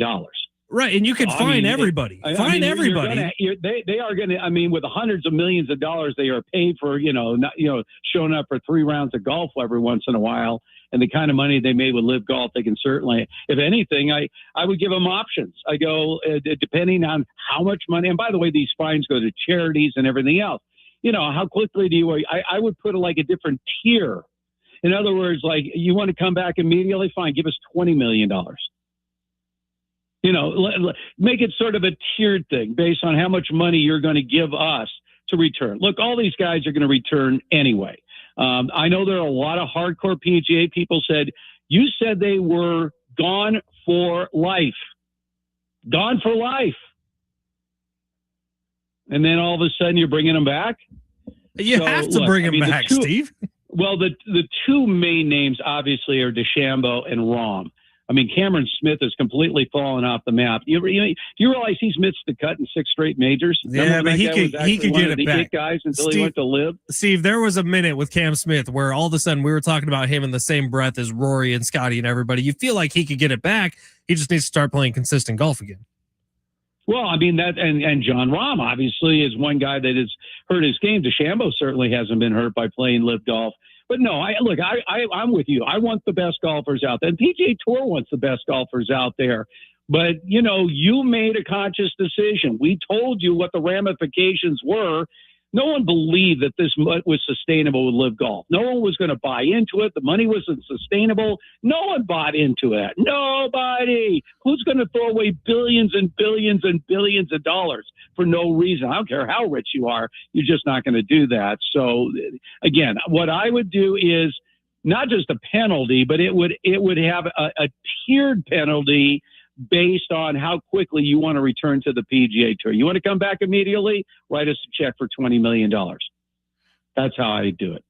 Steve, do you think we'll look back at this era in the PGA Tour? Now, it doesn't really apply to majors because we know a lot of these guys have played in the majors, but do you think we'll look at the dominance of Scotty and Rory and still accept them for the greatness, but the fact that they weren't playing as all the top players, will that ever kind of come up when we debate all-time golfers? No, because I think, especially when you talk about Scheffler, I mean, it's an individual sport. I mean, so look at his numbers, right? Look at his numbers for driving accuracy and all the different numbers. They were Tiger-esque over the last couple of years. I mean, so it really is not about the competition. It's just a matter of what are you doing on an individual basis of which you gauge these guys play. But the fact, obviously, that Scotty and Rory have won 4 of the last 5 majors. We'll see if that continues. But the fact is DeChambeau and Rahm and all the top Live golfers were playing in those majors. They were playing in those majors. And so, week in, week out on the PGA Tour, nobody really gives a rat's ass. I mean, the bottom line is we focus in on the majors. All the big names have been in the majors. And so in no way is there any kind of, asterisk next to the name of Scotty Scheffler or Rory McIlroy winning because they did play against all the top Live golfers. Yeah, nobody gives a rat's ass except for me. I give a rat's ass each and every single week. I think Sammy does too because we usually put money on it. Steve, before we get you out of here, kind of interesting in baseball right now. You got 2 of the top 6 spending teams in the Phillies and the Red Sox who have both fired their managers, not 30 games into the season. Is that going a little bit to prove the fact that it's not just money that makes baseball teams work? Well, we already know that, guys. I mean, look at the Rays. I mean, the Rays were competitive. I mean, and when the Rays are winning the AL East over the Red Sox and the Yankees and the Blue Jays with almost a zero payroll, no fans showing up for their games, again, it still comes down to evaluation of talent, developing talent. You know, you can try to buy a team. One of the reasons the Dodgers have been so relevant so long isn't because they just signed up, huge. They've been able to develop players within their system, and that is still the lifeblood for any organization. Now, yes, if you got money and you can fill a hole, the Padres obviously are a prime example of a team that, decided to spend money, bring in some, great players, and then finally, get to that level where they are a competitive playoff team. But no, I still think it comes down to the core of the organization, developing players. And if you can't do that, there's no money that's going to buy you a championship. That we know. And investing your money wisely. The prime example of not with the Angels, a non-juiced Pujols that they welcomed to Anaheim, a broken down Hamilton. I mean, it goes on and on and on. How many bad moves they made, making smart moves like the Dodgers getting Mookie Betts. And, these are the kind of moves that make winners. And for the rest, well, the spoils. All right, Steve, I'm going to start playing Kickstart My Heart in 60 seconds. Yes. And that's when you're going to give out a caller number. But before we do, Sammy was up big his first night in Vegas, down a little bit right now. We had a rough beat last night. What's your easy strategy for Sammy to, I don't know, quadruple his money in the next 6 hours? Well, I don't know what he's playing, but I mean, if you want to play smart in Vegas, there's only one game to play, and that's craps. That's everything else is crap. I mean, the only thing you can play that gives you a reasonable chance to walk away from Vegas as a winner is craps. You got to sit there, you got to stay at the table, you got to bide your time, and not go for the quick money. And if you do that with discipline, you will walk away from a craps table with money in your pocket. What is Guaranteed. that? I'm hearing guitar. Steve, I'm hearing guitar. It's happening right now. We need a caller number for you because right now is your chance to win a pair of tickets to go on September 18th to the North Island Credit Union Amphitheater for Live Nation's Summer of Live. All in $30 tickets to Motley Crue and tons more are on sale now at livenation.com only till May 5th. Steve, what caller number do you want to give these Motley Crue tickets to? All right, so let's think about this. What is a good number at a craps table, guys? Anybody know? Not 7. Eight's a beautiful number. I love 8s. I love 9s. The number in my head, number 8. Make it number 8 to get Motley Crue tickets. Number 8, you can thank me because number 8 is the number that immediately came to my head. Caller number 8 for September 18th at the North Island Credit Union Amphitheater. You are going to see Motley Crue. Steve, thank you for your time. Appreciate you, pal. All right, love you guys. We love you too, brother. Oh, let it hit. Yes, sir. All right, those Motley Crue tickets are going to caller number 8. The phone lines are completely jammed, so I got to scram to answer those phones. Sammy, we will wrap this thing up coming up next. Get you ready for Going Long with Sammy. Get you ready for a busy weekend for the Padres. It's San Diego Sports 760. You're listening live on the iHeartRadio app.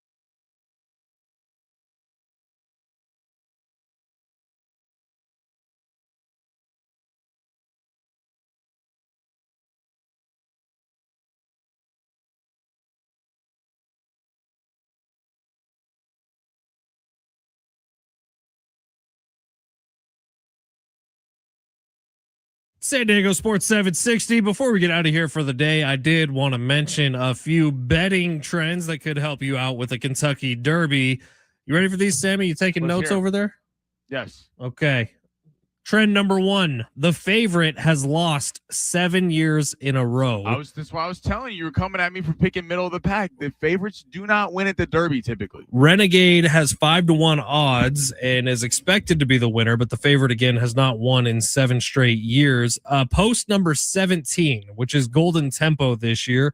Horses starting at post number 17 are 0-46 all time. Only 3 horses have ever finished within the money from post number 17. Golden Tempo has 36-1 odds. So number 17 is just cursed, I guess. Right, because the problem with your post position at the Derby is almost as important as the horse. Because if you're too far on the outside, you can get boxed out, and you're just too slow. If you're too far on the inside, you're boxed in. There's nowhere for you to go. There is one horse with very few experience in this all-time emerging market. 11-1 odds is a perfect 2-0 so far in his career.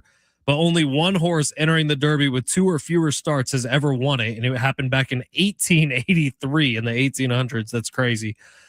International horses have struggled a ton at the Kentucky Derby, 0-50 since 1977. That's crazy to me. There are 3 international horses, none of whom are part of our box that we've made. Dan and Bourbon is an international horse. Wonder Dean is an international horse, and Six Speed, who has 40-1 odds, is an international horse. And then Fade the Gray is the last little note. Gray horses, 0-45 since Giacomo won back in 2005.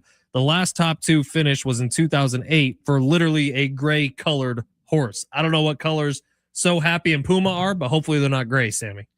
So Happy, the Puma, if you didn't hear it earlier, that's our box. That's what we're doing. Horses 8 and horses 9.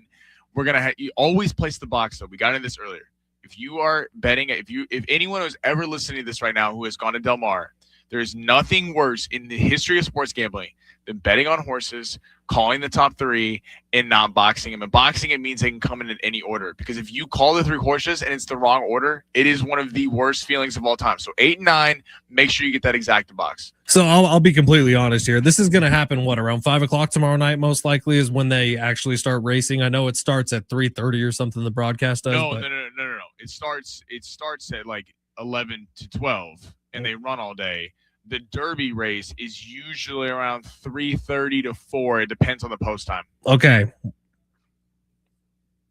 I will be at Disneyland tomorrow at 3:30 or 4 o'clock. This is perfect. This is why you got the phone. This is why you got the phone right here. You pull it up. There will be a moment where I go hiding away from my wife and my cousin who we're going with, and I will be watching the Derby to see, because now I have $40 invested on a box with So Happy and Puma finishing first and second.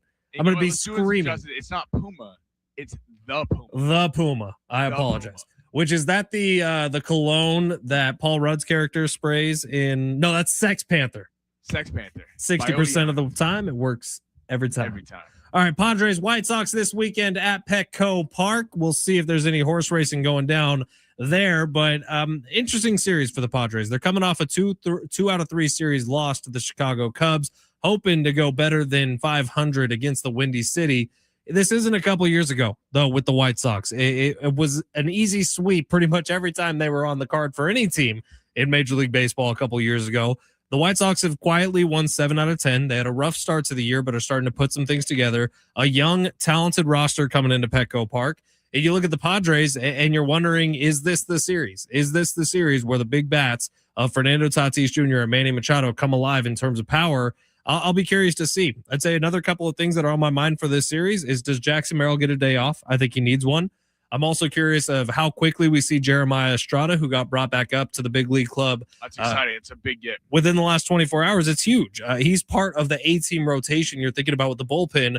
Once you get to postseason time, you're not seeing a World Series win without Jeremiah Estrada being a big productive part of this bullpen. So I think there are a couple of big storylines to watch out for the Padres this weekend.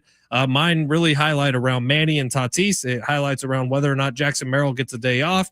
And it highlights around when the first time we see Jeremiah Estrada is this weekend. I completely agree with all those. I also would love to look for, is there a drop-off? Is there a drop-off coming off 2 big series?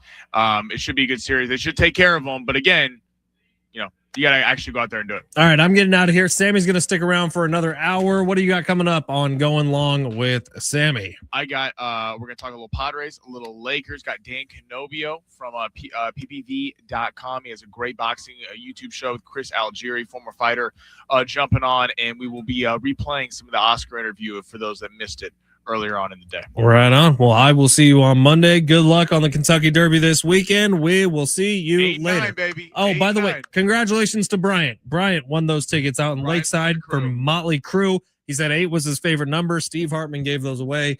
It's San Diego Sports 760. I'll see you Monday.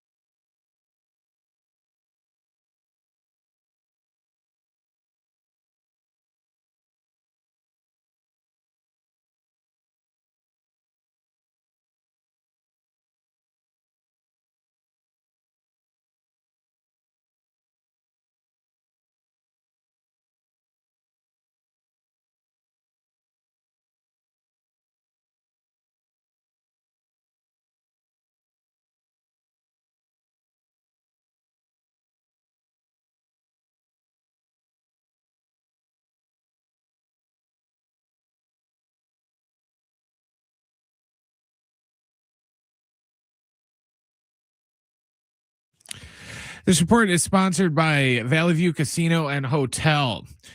The Padres and White Sox are starting a series tonight down at Petco Park. It's going to be Noah Schultz going for the White Sox and Herman Marquez going for the Friars. First pitch is at 6:40. We've got a couple more close out games in the NBA tonight.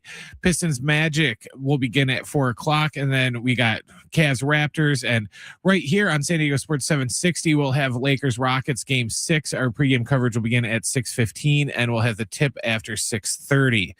Be the 3C's MVP this month at Valley View Casino and Hotel on May 29th. One lucky winner will score cash, and more cash, or a spin for $100,000 during the 3C's giveaway, only at San Diego's favorite casino.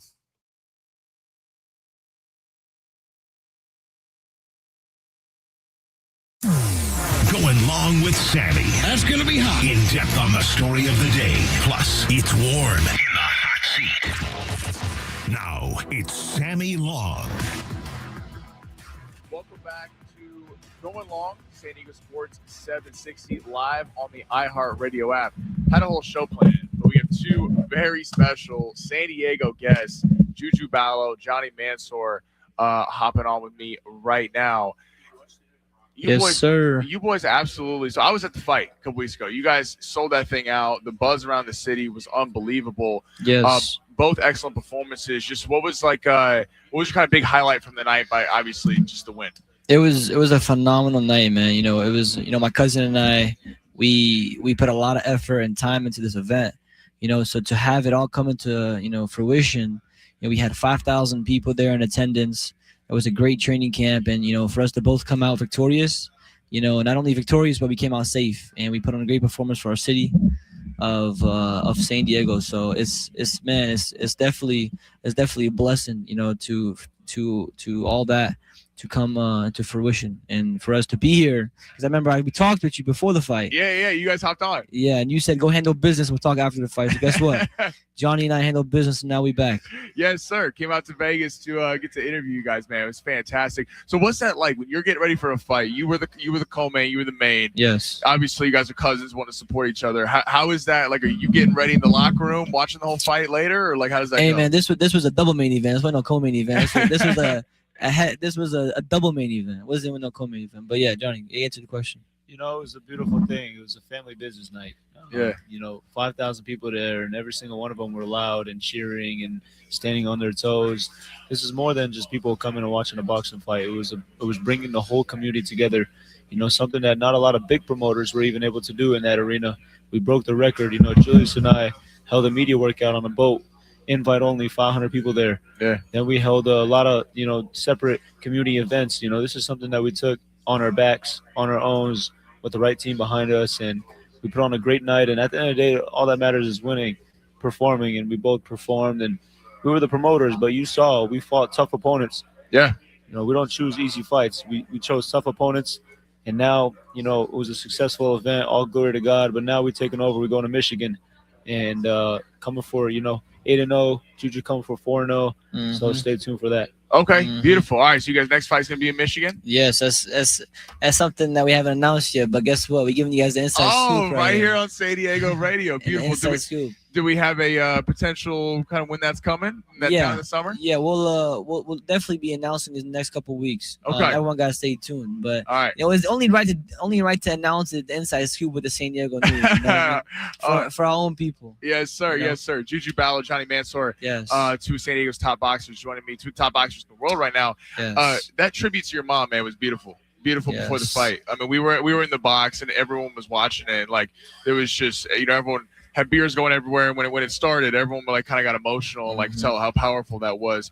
Can you just speak to what that meant to be able to have that in front of your city, kind of that tribute to your mom before you went out there? Honestly, it was a late night thought on Wednesday night. God gave me the wisdom. I was laying down and I said, how can I honor my mother? What's the best way to honor her? It's my first hometown fight. It's been almost a year since she passed away. Boxing took a lot of time away from me, away from my family. It took I made a lot of sacrifices away from home to continue boxing, but it reminded me that it always put a smile on my family's face. It always put a smile on my mother's face. So that's one thing that keeps me going in the sport of boxing. And as far as honoring her, that's something that I'm going to do for the rest of my life. Maybe not in that fashion because, even myself, I was emotional. Yeah. I was emotional.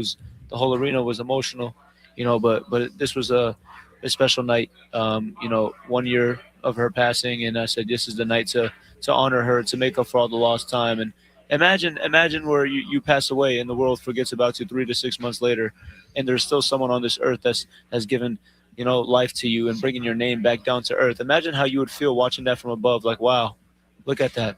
That's the person that that I used to tell, you're too busy for me. It's something that my mom would tell me, you're too busy for me. So that's something that stuck with me when she passed. So in order for me to feel good about myself when she's gone, is to honor her. Well, I think it was so beautiful about you guys' whole build up to the fight. You guys kept talking about family, like you guys are cousins, obviously, and then you saw that in the tribute with your mom, with your parents. Talking about how it really did feel like a family affair at Front Wave. So, what's the goal in the future? Is Petco Park? Is that what we're gonna get to one day, where you guys are headlining? Yeah, definitely. I think we actually already talked about that. The Petco Park was something. It's San Diego's own. What is it? Yeah. 40,000 capacity. There's also the SDFC arena. It Yes. holds about I think 50,000, something like that. So Snapdragon, yeah, 30,000. Snapdragon. So we gonna keep winning. We're gonna keep putting on a show for the fans, and whatever God got in store, we gonna make it happen. How do you guys like when you guys are matchmaking? I know we don't know your opponents for the next fight, both Yeah. of you, but how do you balance the whole kind of being brought up, being able to work on your tools? You guys, every fight we've seen, you guys have added something else to your game versus trying to just jump in against the top competition. But you obviously guys know you can compete on that level and probably want those fights as soon as possible. Well, we're taking a fight one fight at a time. For me, that was my first 8-round fight, and I'm just taking it one fight at a time. I want to fight the best. I'm eager to fight the best, but we have to take our time. And whatever God puts in front of me, whatever my team puts in front of me, I never call anybody out, honestly. But when it comes to point of time, there are going to be a time where people say we want you to fight him. I'm gonna make sure that I've been training my ass off and that I'm ready to fight whoever. 100%. You boys out here for the fight this weekend. You got a prediction of a Benavidez Zerto? Where you guys leaning? Man, you know what? I was leaning towards Ramirez, but seeing the aura of Benavidez, man, I think I gotta switch my pick. Yeah, go I Benavidez. think I'm gonna switch my pick. I might have to go towards Benavidez. I'm curious asking two fighters. I know you guys got a lot to get to, so I'll let you get out of here. But we've seen recently at the top level, like Terrence Crawford jump up a couple weight classes, Usyk cruiserweight jumping up to be heavyweight champion of the world. Is that overrated in boxing? Because it feels like for years it's been like you kind of fight in your weight class and will the power carry? And I think we've seen recently the last couple of years fighters like have actually gotten stronger when they moved up in weight. Does that kind of play into where you guys pick the divisions where you want to go? Yeah, you saw Crawford move up and beat Canelo at a bigger weight class. So it's all about your skill set. It's all about how hard you work inside the gym and what you're comfortable with. Yeah. It's not really about the weight in boxing. Yes, it plays a big role, but when you become so skillful, there's levels. When you reach that certain level, the weight doesn't matter. 100%. Yeah, I got to double back on that for sure. I mean, it's all come down to skill. You could be the biggest, baddest boy in town, but if you got the right IQ, the right timing, the right speed, put it all together, and you can take out anybody. Juju Ballo, Johnny Mansour, you guys put on a show for San Diego. Everyone's proud of you down there, man. And thank you so much for stopping by. It was going to be hopefully the first, second of many visits. Definitely. I appreciate you having me on. Of course. Thank you, brother. Of course. Coming up next, we're going to get to the Padres' big weekend set against the Chicago White Sox. Are they able to get right after a rough series against the Cubs? That's coming up next on the other side. Going long, San Diego Sports 760, live on the iHeartRadio app.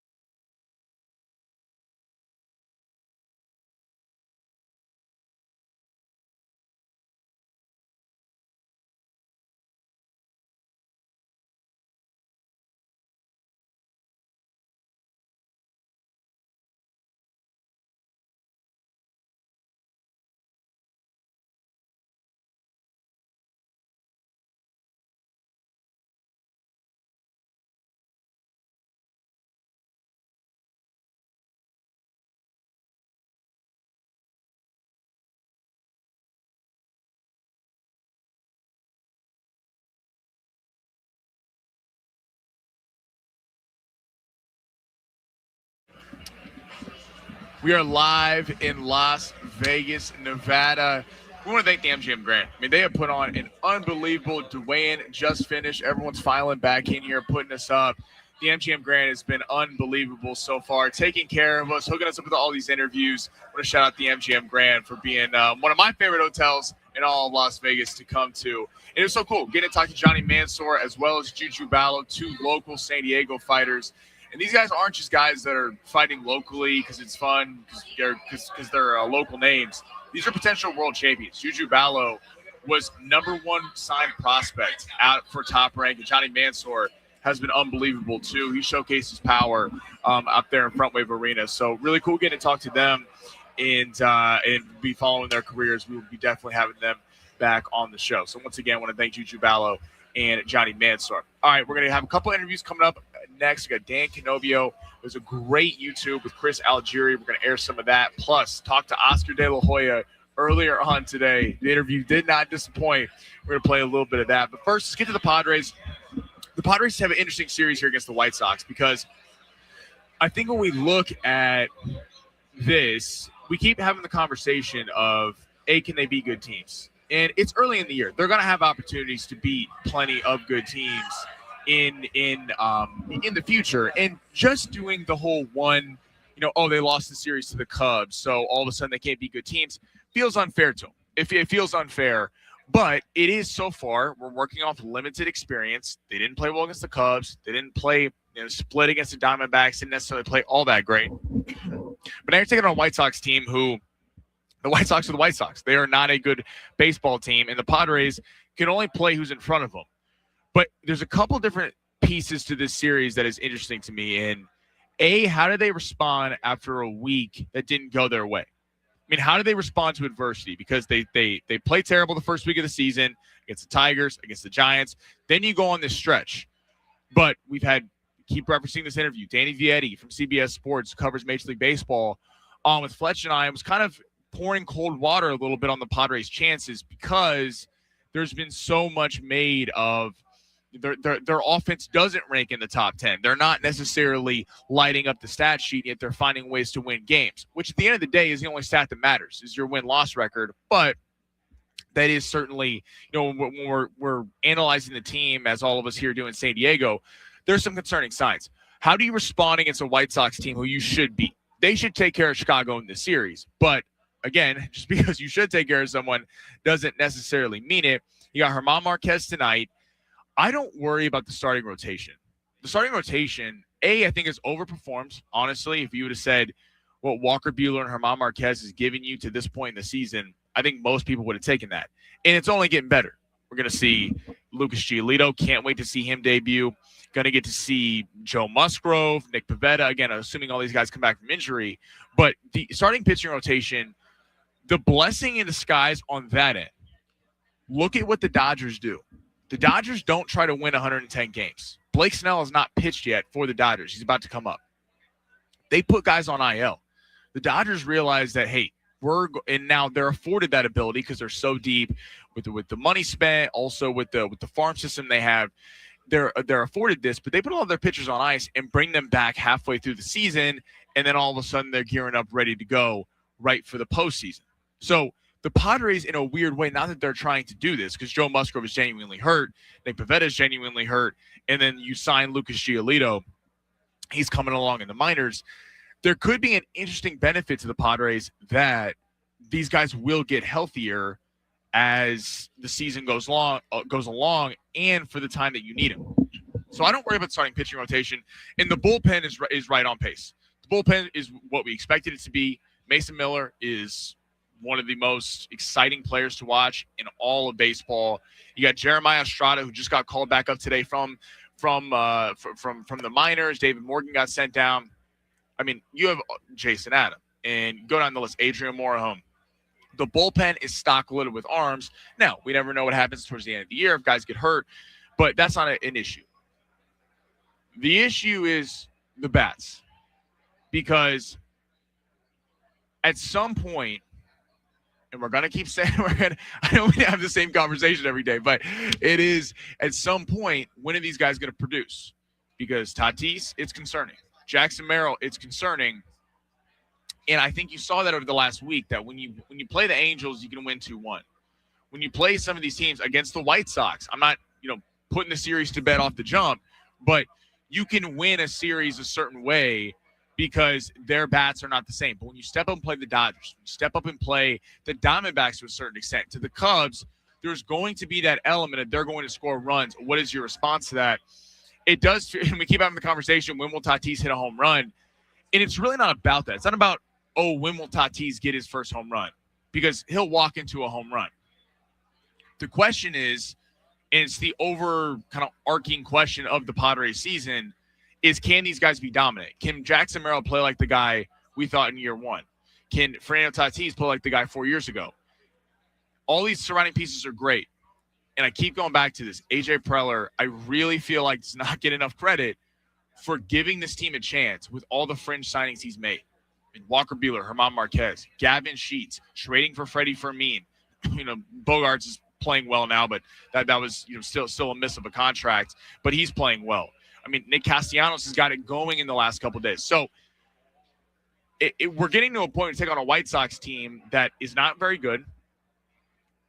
You want to see, I hope we come in on Monday and we're talking about Jackson Merrill, Manny Machado, and Fernando Tatis getting it going, and they have a really successful weekend, because it just feels like us having the same conversation of, they're going to get it together. They're going to get it together. No, it's fine. It's coming. It's May 1st. It's May 1st, and they played over a month of baseball. It's time to put this behind them. And then I think the Padres will start to get some national respect, which is something they haven't necessarily gotten so far this season. All right, let's look at the Lakers tonight. Game is going to be on San Diego Sports 760. 6:30 pregame coverage at 6:15. The NBA is kind of wild right now. I mean, who would have thought that the Boston Celtics would be going to a Game 7 after going up 3-1 in their series against the Philadelphia 76ers? And now we got the Lakers. The Lakers up 3-0 in their series, lose the last two games. This feels like a really big next two games. Talked about this a little bit yesterday. Feels like a really big two games. Everyone's going to point to LeBron. And we've had our text line has chimed in here. People talking about it will hurt LeBron's legacy. 858. LeBron James fans going to make any kinds of excuses when they blow a first 3-0 lead, and only true Laker fans will crucify him. 484. If LeBron loses the series, he's going from 3rd to 5th on my all-time GOAT list. I mean, a lot of people are chiming in here. Text says 70470. Start your message with team. Will this affect LeBron's legacy if the Lakers blow this lead? I think it will, not in the sense of everyone looks at the GOAT conversation. Yes, people will look at, if the Lakers blow this lead and they lose tonight and Sunday, they're the first team ever to blow a 3-0 series lead. And it will come back on LeBron. But LeBron, at the end of the day, it's a unique situation. The Lakers were massive dogs coming into the series. They get up 3-0. The Rockets come back. And this is by no means making excuses for the Lakers. I do not want that to come across, that the Lakers are excused if they blow this lead, because that's unacceptable. LeBron's going to get a lot of the headlines. Reeves is going to get a lot of the headlines because of how he came back, didn't shoot very well, 4-16 from the field, did get to the free throw line, took 13 free throws, but scored 22 points, but missed some bunnies. LeBron and Reeves did not have their finest game. I'm a massive J.J. Redick supporter. I think what J.J. Redick has been able to do has been exceptional with the Lakers, because this guy never coached before. He never coached. He got the team back-to-back 50-win seasons. But he did deserve a lot. He got a lot of criticism, and deservedly so, when he played with his starters the entire Game 3 second half. I mean, that's just unacceptable. Any coach knows that you can't do that. Luka and LeBron and Reeves were sucking wind last year, and they were never in that series against the Minnesota Timberwolves. Well, now you go up 3-0, and we're praising J.J. Redick, talking about the coaching job that he has done against Ime Udoka. By the way, a guy who was fired from Boston, not because he can't coach. He's got fired from Boston because of extracurricular activities with him and some of the staff. So Ime Udoka is a widely respected coach in this league in terms of basketball. And the Lakers come through, get up 3-0. What's the second adjustment? Because with the new Walters group in here now, they didn't hire J.J. Redick. They didn't hire Rob Pelinka. They didn't hire a lot of these guys. So you got to think that they want to make their imprint on the Lakers, and I do think J.J. Redick can be the coach of the future. I like what J.J. Redick has done, but we look at J.J. Redick, and go, what are your adjustments? What are your other adjustments from Ime Udoka? Because Ime Udoka, they figured it out. They're doing to the Lakers what the Lakers were doing to them. They're trapping the guards at the half court. They're making the Lakers have problems, play a lot of iso ball at the top of the key. Talking about LeBron and Reeves. That was really at the end of the game, game 5, that was a massive issue. It felt like they were just sharing the ball, jacking up shots, and it wasn't really running an offense. So we'll see tonight. Tonight's a massive game against Houston. Houston has all the momentum.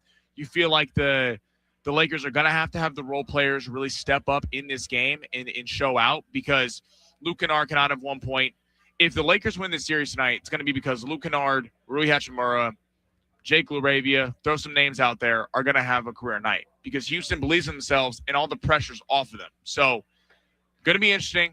Can't wait to see. Hopefully the Lakers close this thing out and not go to a Game 7 on Sunday, because that's going to be way too stressful to be dealing with. We're live here in Las Vegas. Again, want to thank the MGM Grand. It's been exceptional having us out here, been taking care of us for 760 and the AM 570 crew. Coming up next, going to hear from Dan Canobio.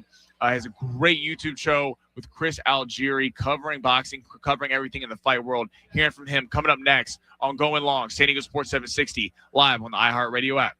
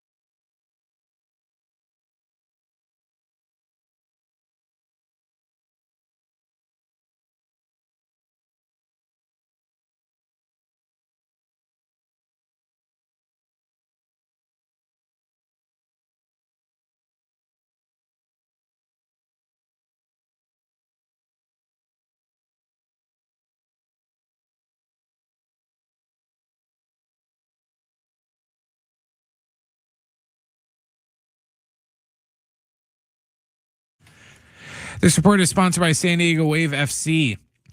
Padres and White Sox are getting set to start series tonight down at Petco Park. It's going to be Noah Schultz going for the White Sox and German Marquez going for the Padres. First pitch is set for 6:40. We have some more potential closeout games in the NBA playoffs today at 4:00. We got Pistons at Magic, and then we got Cavs at Raptors. And it's at 6:15 right here on San Diego Sports 760. We'll have Lakers Rockets Game 6. Like I said, pregame coverage will start at 6:15. We'll have the tip a little after 6:30. San Diego, your Wave FC are back for Kids Day at Snapdragon Stadium on May 3rd at 4 p.m. Tickets start at just $20. Visit SanDiegoWaveFC.com to get your tickets today. That's SanDiegoWaveFC.com.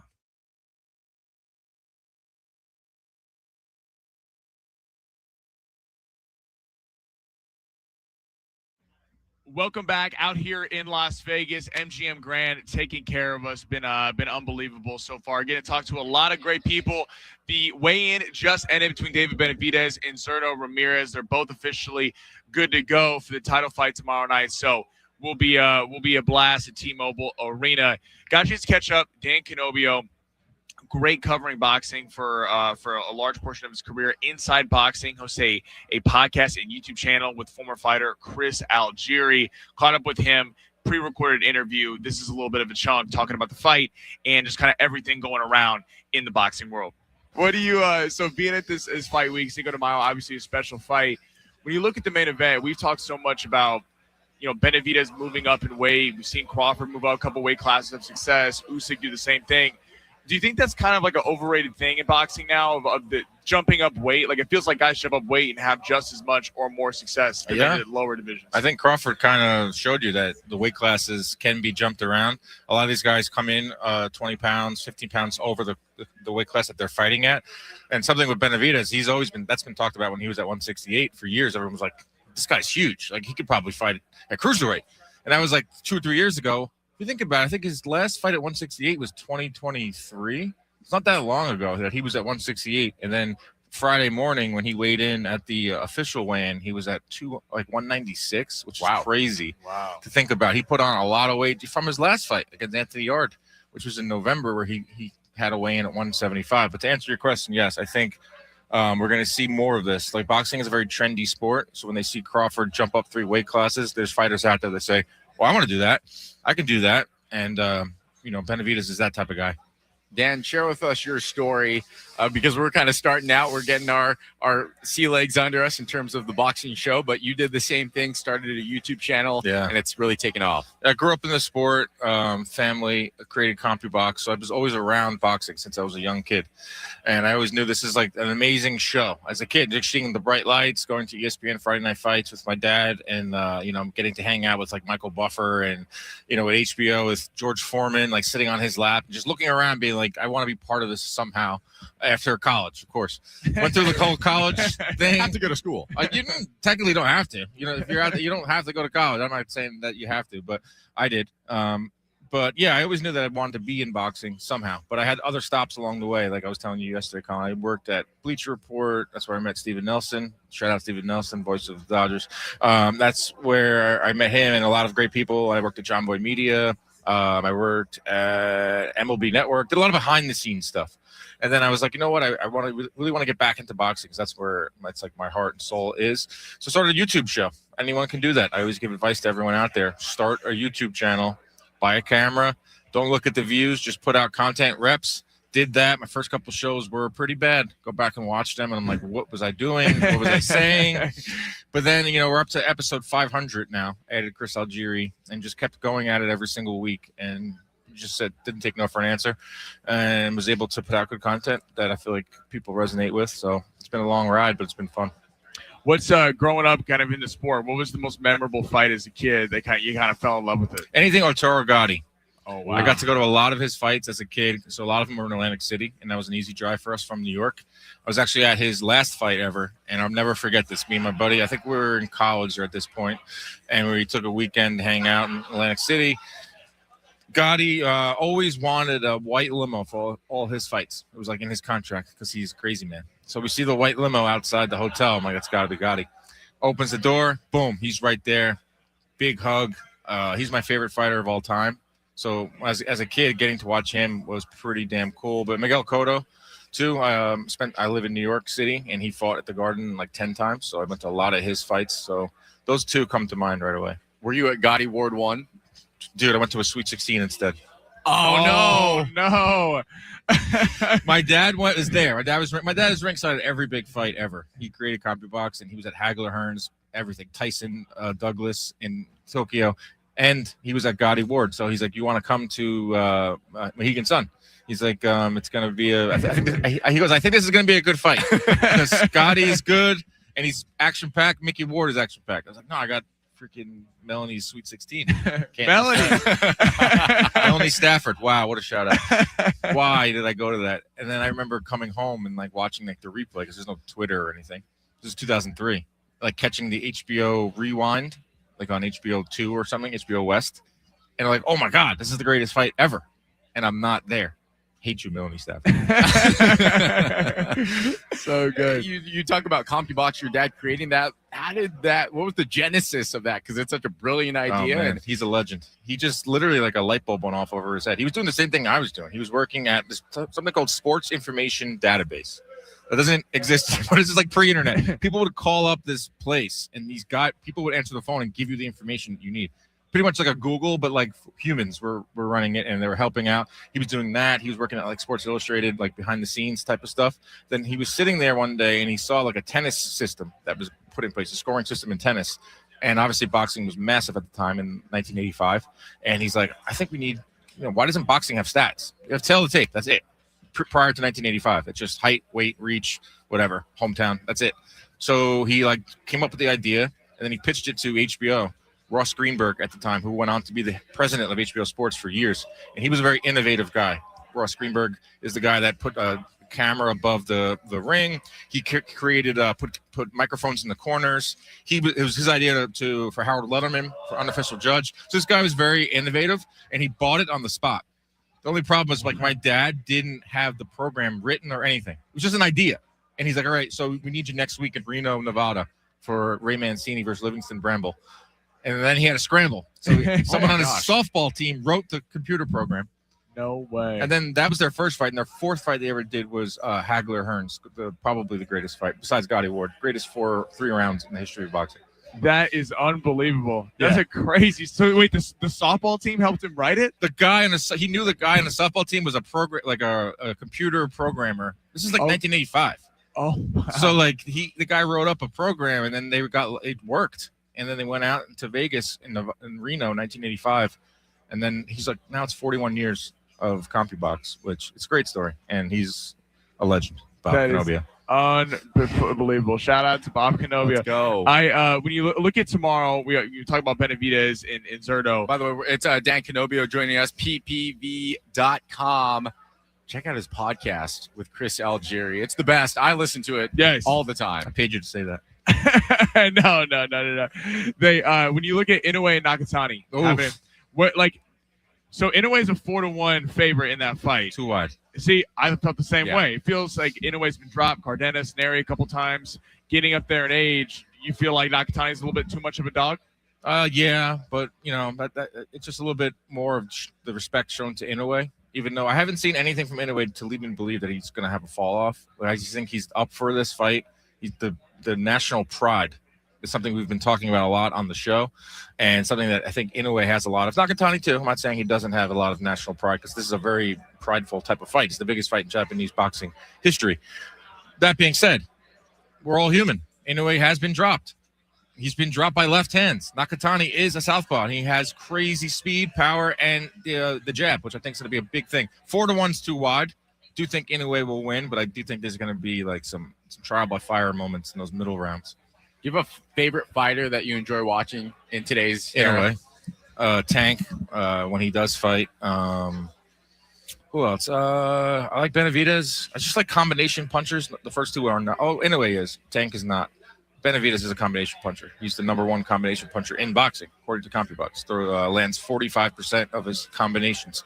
There aren't many combination punchers anymore in boxing. It's one at a time, low volume, high power. That's what they're teaching now. They want you to sit down on your shots. Canelo kind of championed that because he throws about 40 punches around. Tank, even less. but they knock dudes out. So that's being taught in gyms, but not combination punching. Remember Roman Chocolatito? Yeah, monster. I just love watching him fight because he threw combinations. Anyone that throws a lot of punches, I like that. How do you think CompuBox has obviously revolutionized boxing, but like, how do you think it's changed judging over the years since it was instituted? Well, the judges can't see it. I think they should, but they can't see it. So the judges don't get to see it. It makes we kind of either expose judging or we kind of solidify them. So there are some good judges out there, like Steve Weisfeld. I think he's one of the best judges out there. Yeah, but you can't see the numbers. It was never intended to score a fight, but it kind of has turned into that over 41 years. People go, oh, look at the CompuBox. I won. Fighters have DM'd me saying, these numbers are wrong. I landed more. I should have won. I'm like, dude, it's not what it was literally made for broadcasters. Just like when you guys call games, you have a stat sheet. It helps you like tell the story of the game. That's what it was supposed to be intended for, but boxing is such a subjective, controversial sport where we're coming into judges. There's no score really, so it's what those three judges think. But I mean, I think that the judges should be able to gander at it. Maybe every like 3 rounds, take a look at it. I think it'd be great if we got live judging as well. Open scoring? Yeah, I'm a little on the fence on open scoring. They've done it before in Texas. My only thing with open scoring I don't like is that anything that would motivate a fighter to step off the gas. That's a good point. point. So if a fighter sees that he's up, he's gonna coast. That's a good point. Or if they could step on the gas with a fighter that's losing, but don't you think if you're losing a fight, you know you're losing? Like you need to open scoring to see that. But there's 2 ways to look at it because I can see both sides of it. I tend to lean towards let's not, let anyone have to go in there and think that they could coast for the final 5 or 6 rounds.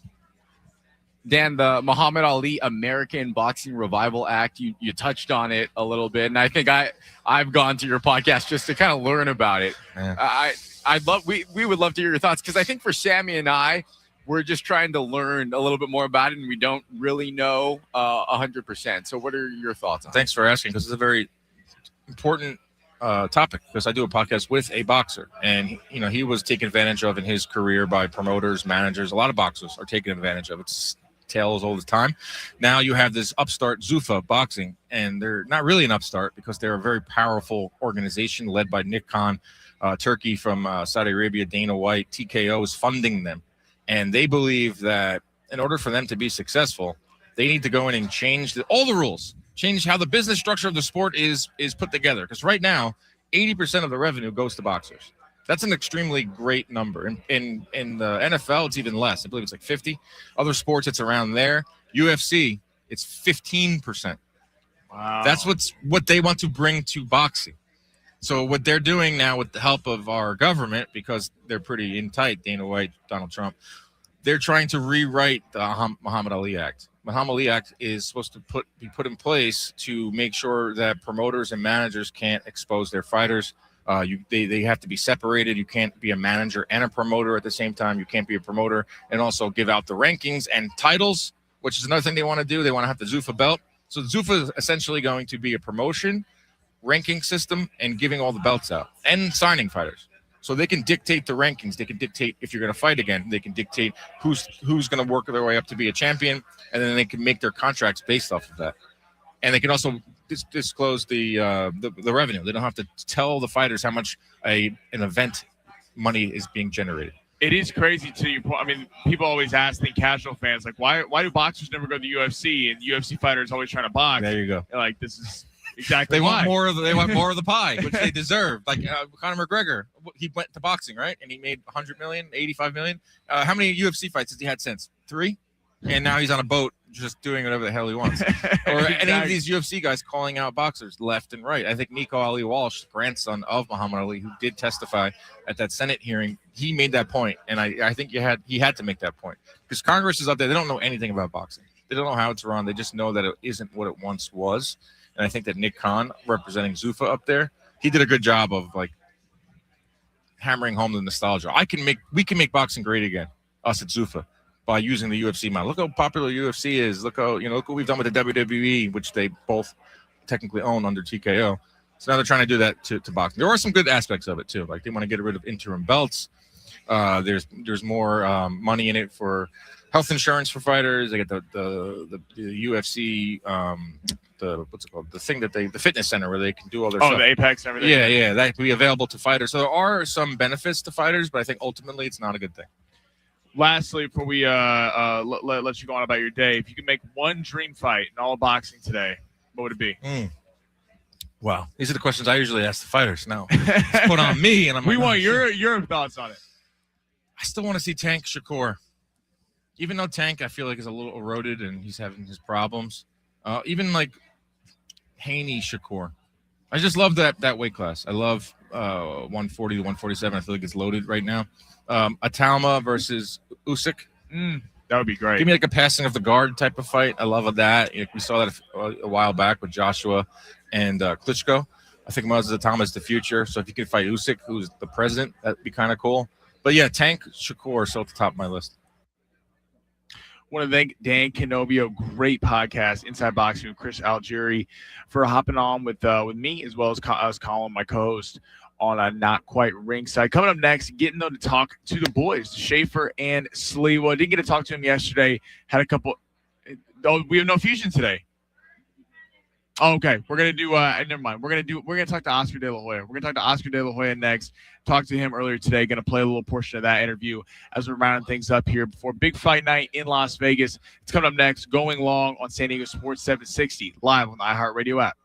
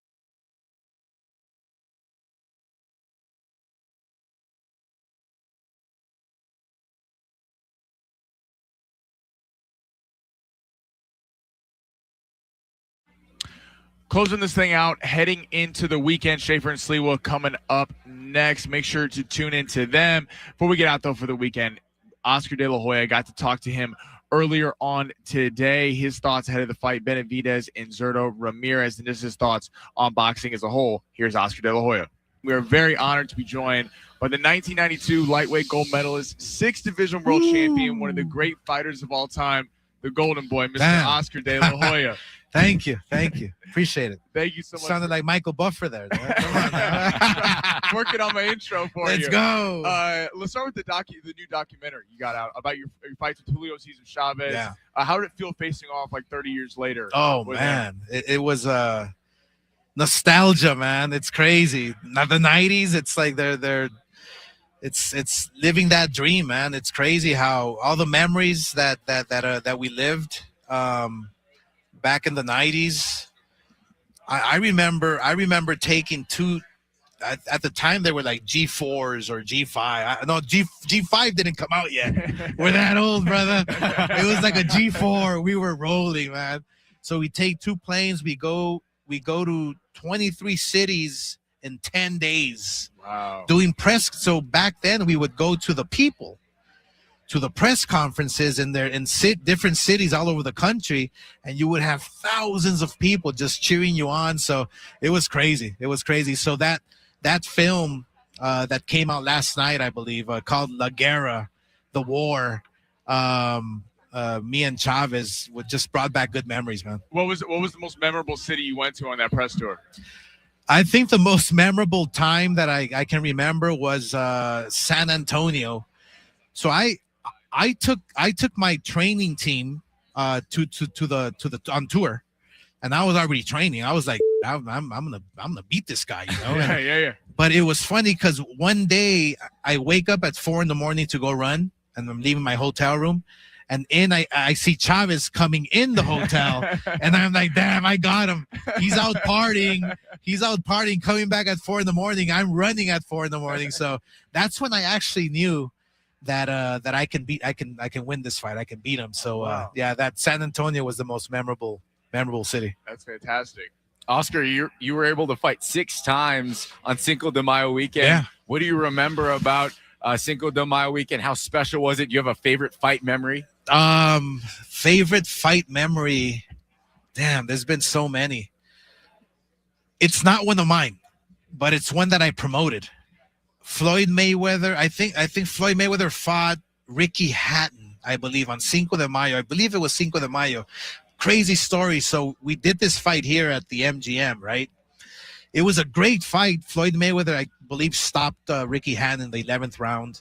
But the president of the MGM comes to me after the fight, and he goes, Oscar, no more Ricky Hatton fights, because he was from the UK, and he had a huge fan base. I believe 50,000 Brits flew over to watch that fight over here. And I was like, why no more Ricky Hatton fights? Well, because first of all, we ran out of beer and they didn't book hotels. They all slept in the lobby of the hotel. No So way. you would walk across the hotel. You would see Brits everywhere, passed out, sleeping in the lobby. It was crazy. It was good times. I gotta say, Clapback Thursday is the best thing going on Instagram right now, bar none. What went into making that segment? You know, me and my girl Holly Saunders. So she was a golf pro and on the Golf Channel and all that good stuff. You know, she's my writer. Like, she writes them for me. You know, we'll sit down but one day we were on a Thursday in bed, and we were like, man, boxing's kind of slow right now. Like, there's no news, you know. And all of a sudden I get these messages that Dana White's talking crap about me and somebody else is talking crap. And then she was like, well, why don't we clap back at them? Yes, sir. You know, and it's Thursday today, so why don't we do Clap Back Thursdays? So it's like every Thursday we try to, if there's boxing news or somebody talking crap about me, we're like, we're gonna get you good, man, with the facts. Yes, That's what it's all about, the fact. And it's so authentic and factual. You know, I think that's why it took off so fast. Yeah. Oscar, I remember watching an interview with you with Graham Bessinger, and you talked about cutting weight and making 130, and you said you ate 1 orange a day. Yeah. I mean, that always crazy, right? stuck with me. Right. Take us back to that time. Whoa. What do you remember about that time training and then eventually fighting in the ring? So my first world title fight was, man, believe it or not, at 130 pounds. I was a stick. And so I remember weighing in, like we're going to do later on Friday afternoon. And the fight was at 130 for the world title. I get on the scale and I'm a dead man walking. I can barely, stand up. I make the weight. And the manager of the other fighter, of the world champion, they're from Denmark. He tells me, I have the rule book here, and it says that you have to weigh in the day of the fight, or else we're leaving. And I was so hungry to win that world title. I was like, you know what? I'll starve myself, man. So leading up to the fight, like 2 weeks before leading up to the fight, I would eat an orange a day, literally. A lot of water, but an orange a day. And so the night of the fight, or the day of the fight, that Saturday morning, I weighed in again, 128. So I was just, I had no energy whatsoever. I eat my little orange. I fight three hours later, knocked them out in the 10th round. I was angry, man. I was hungry. I was angry. I was angry, brother.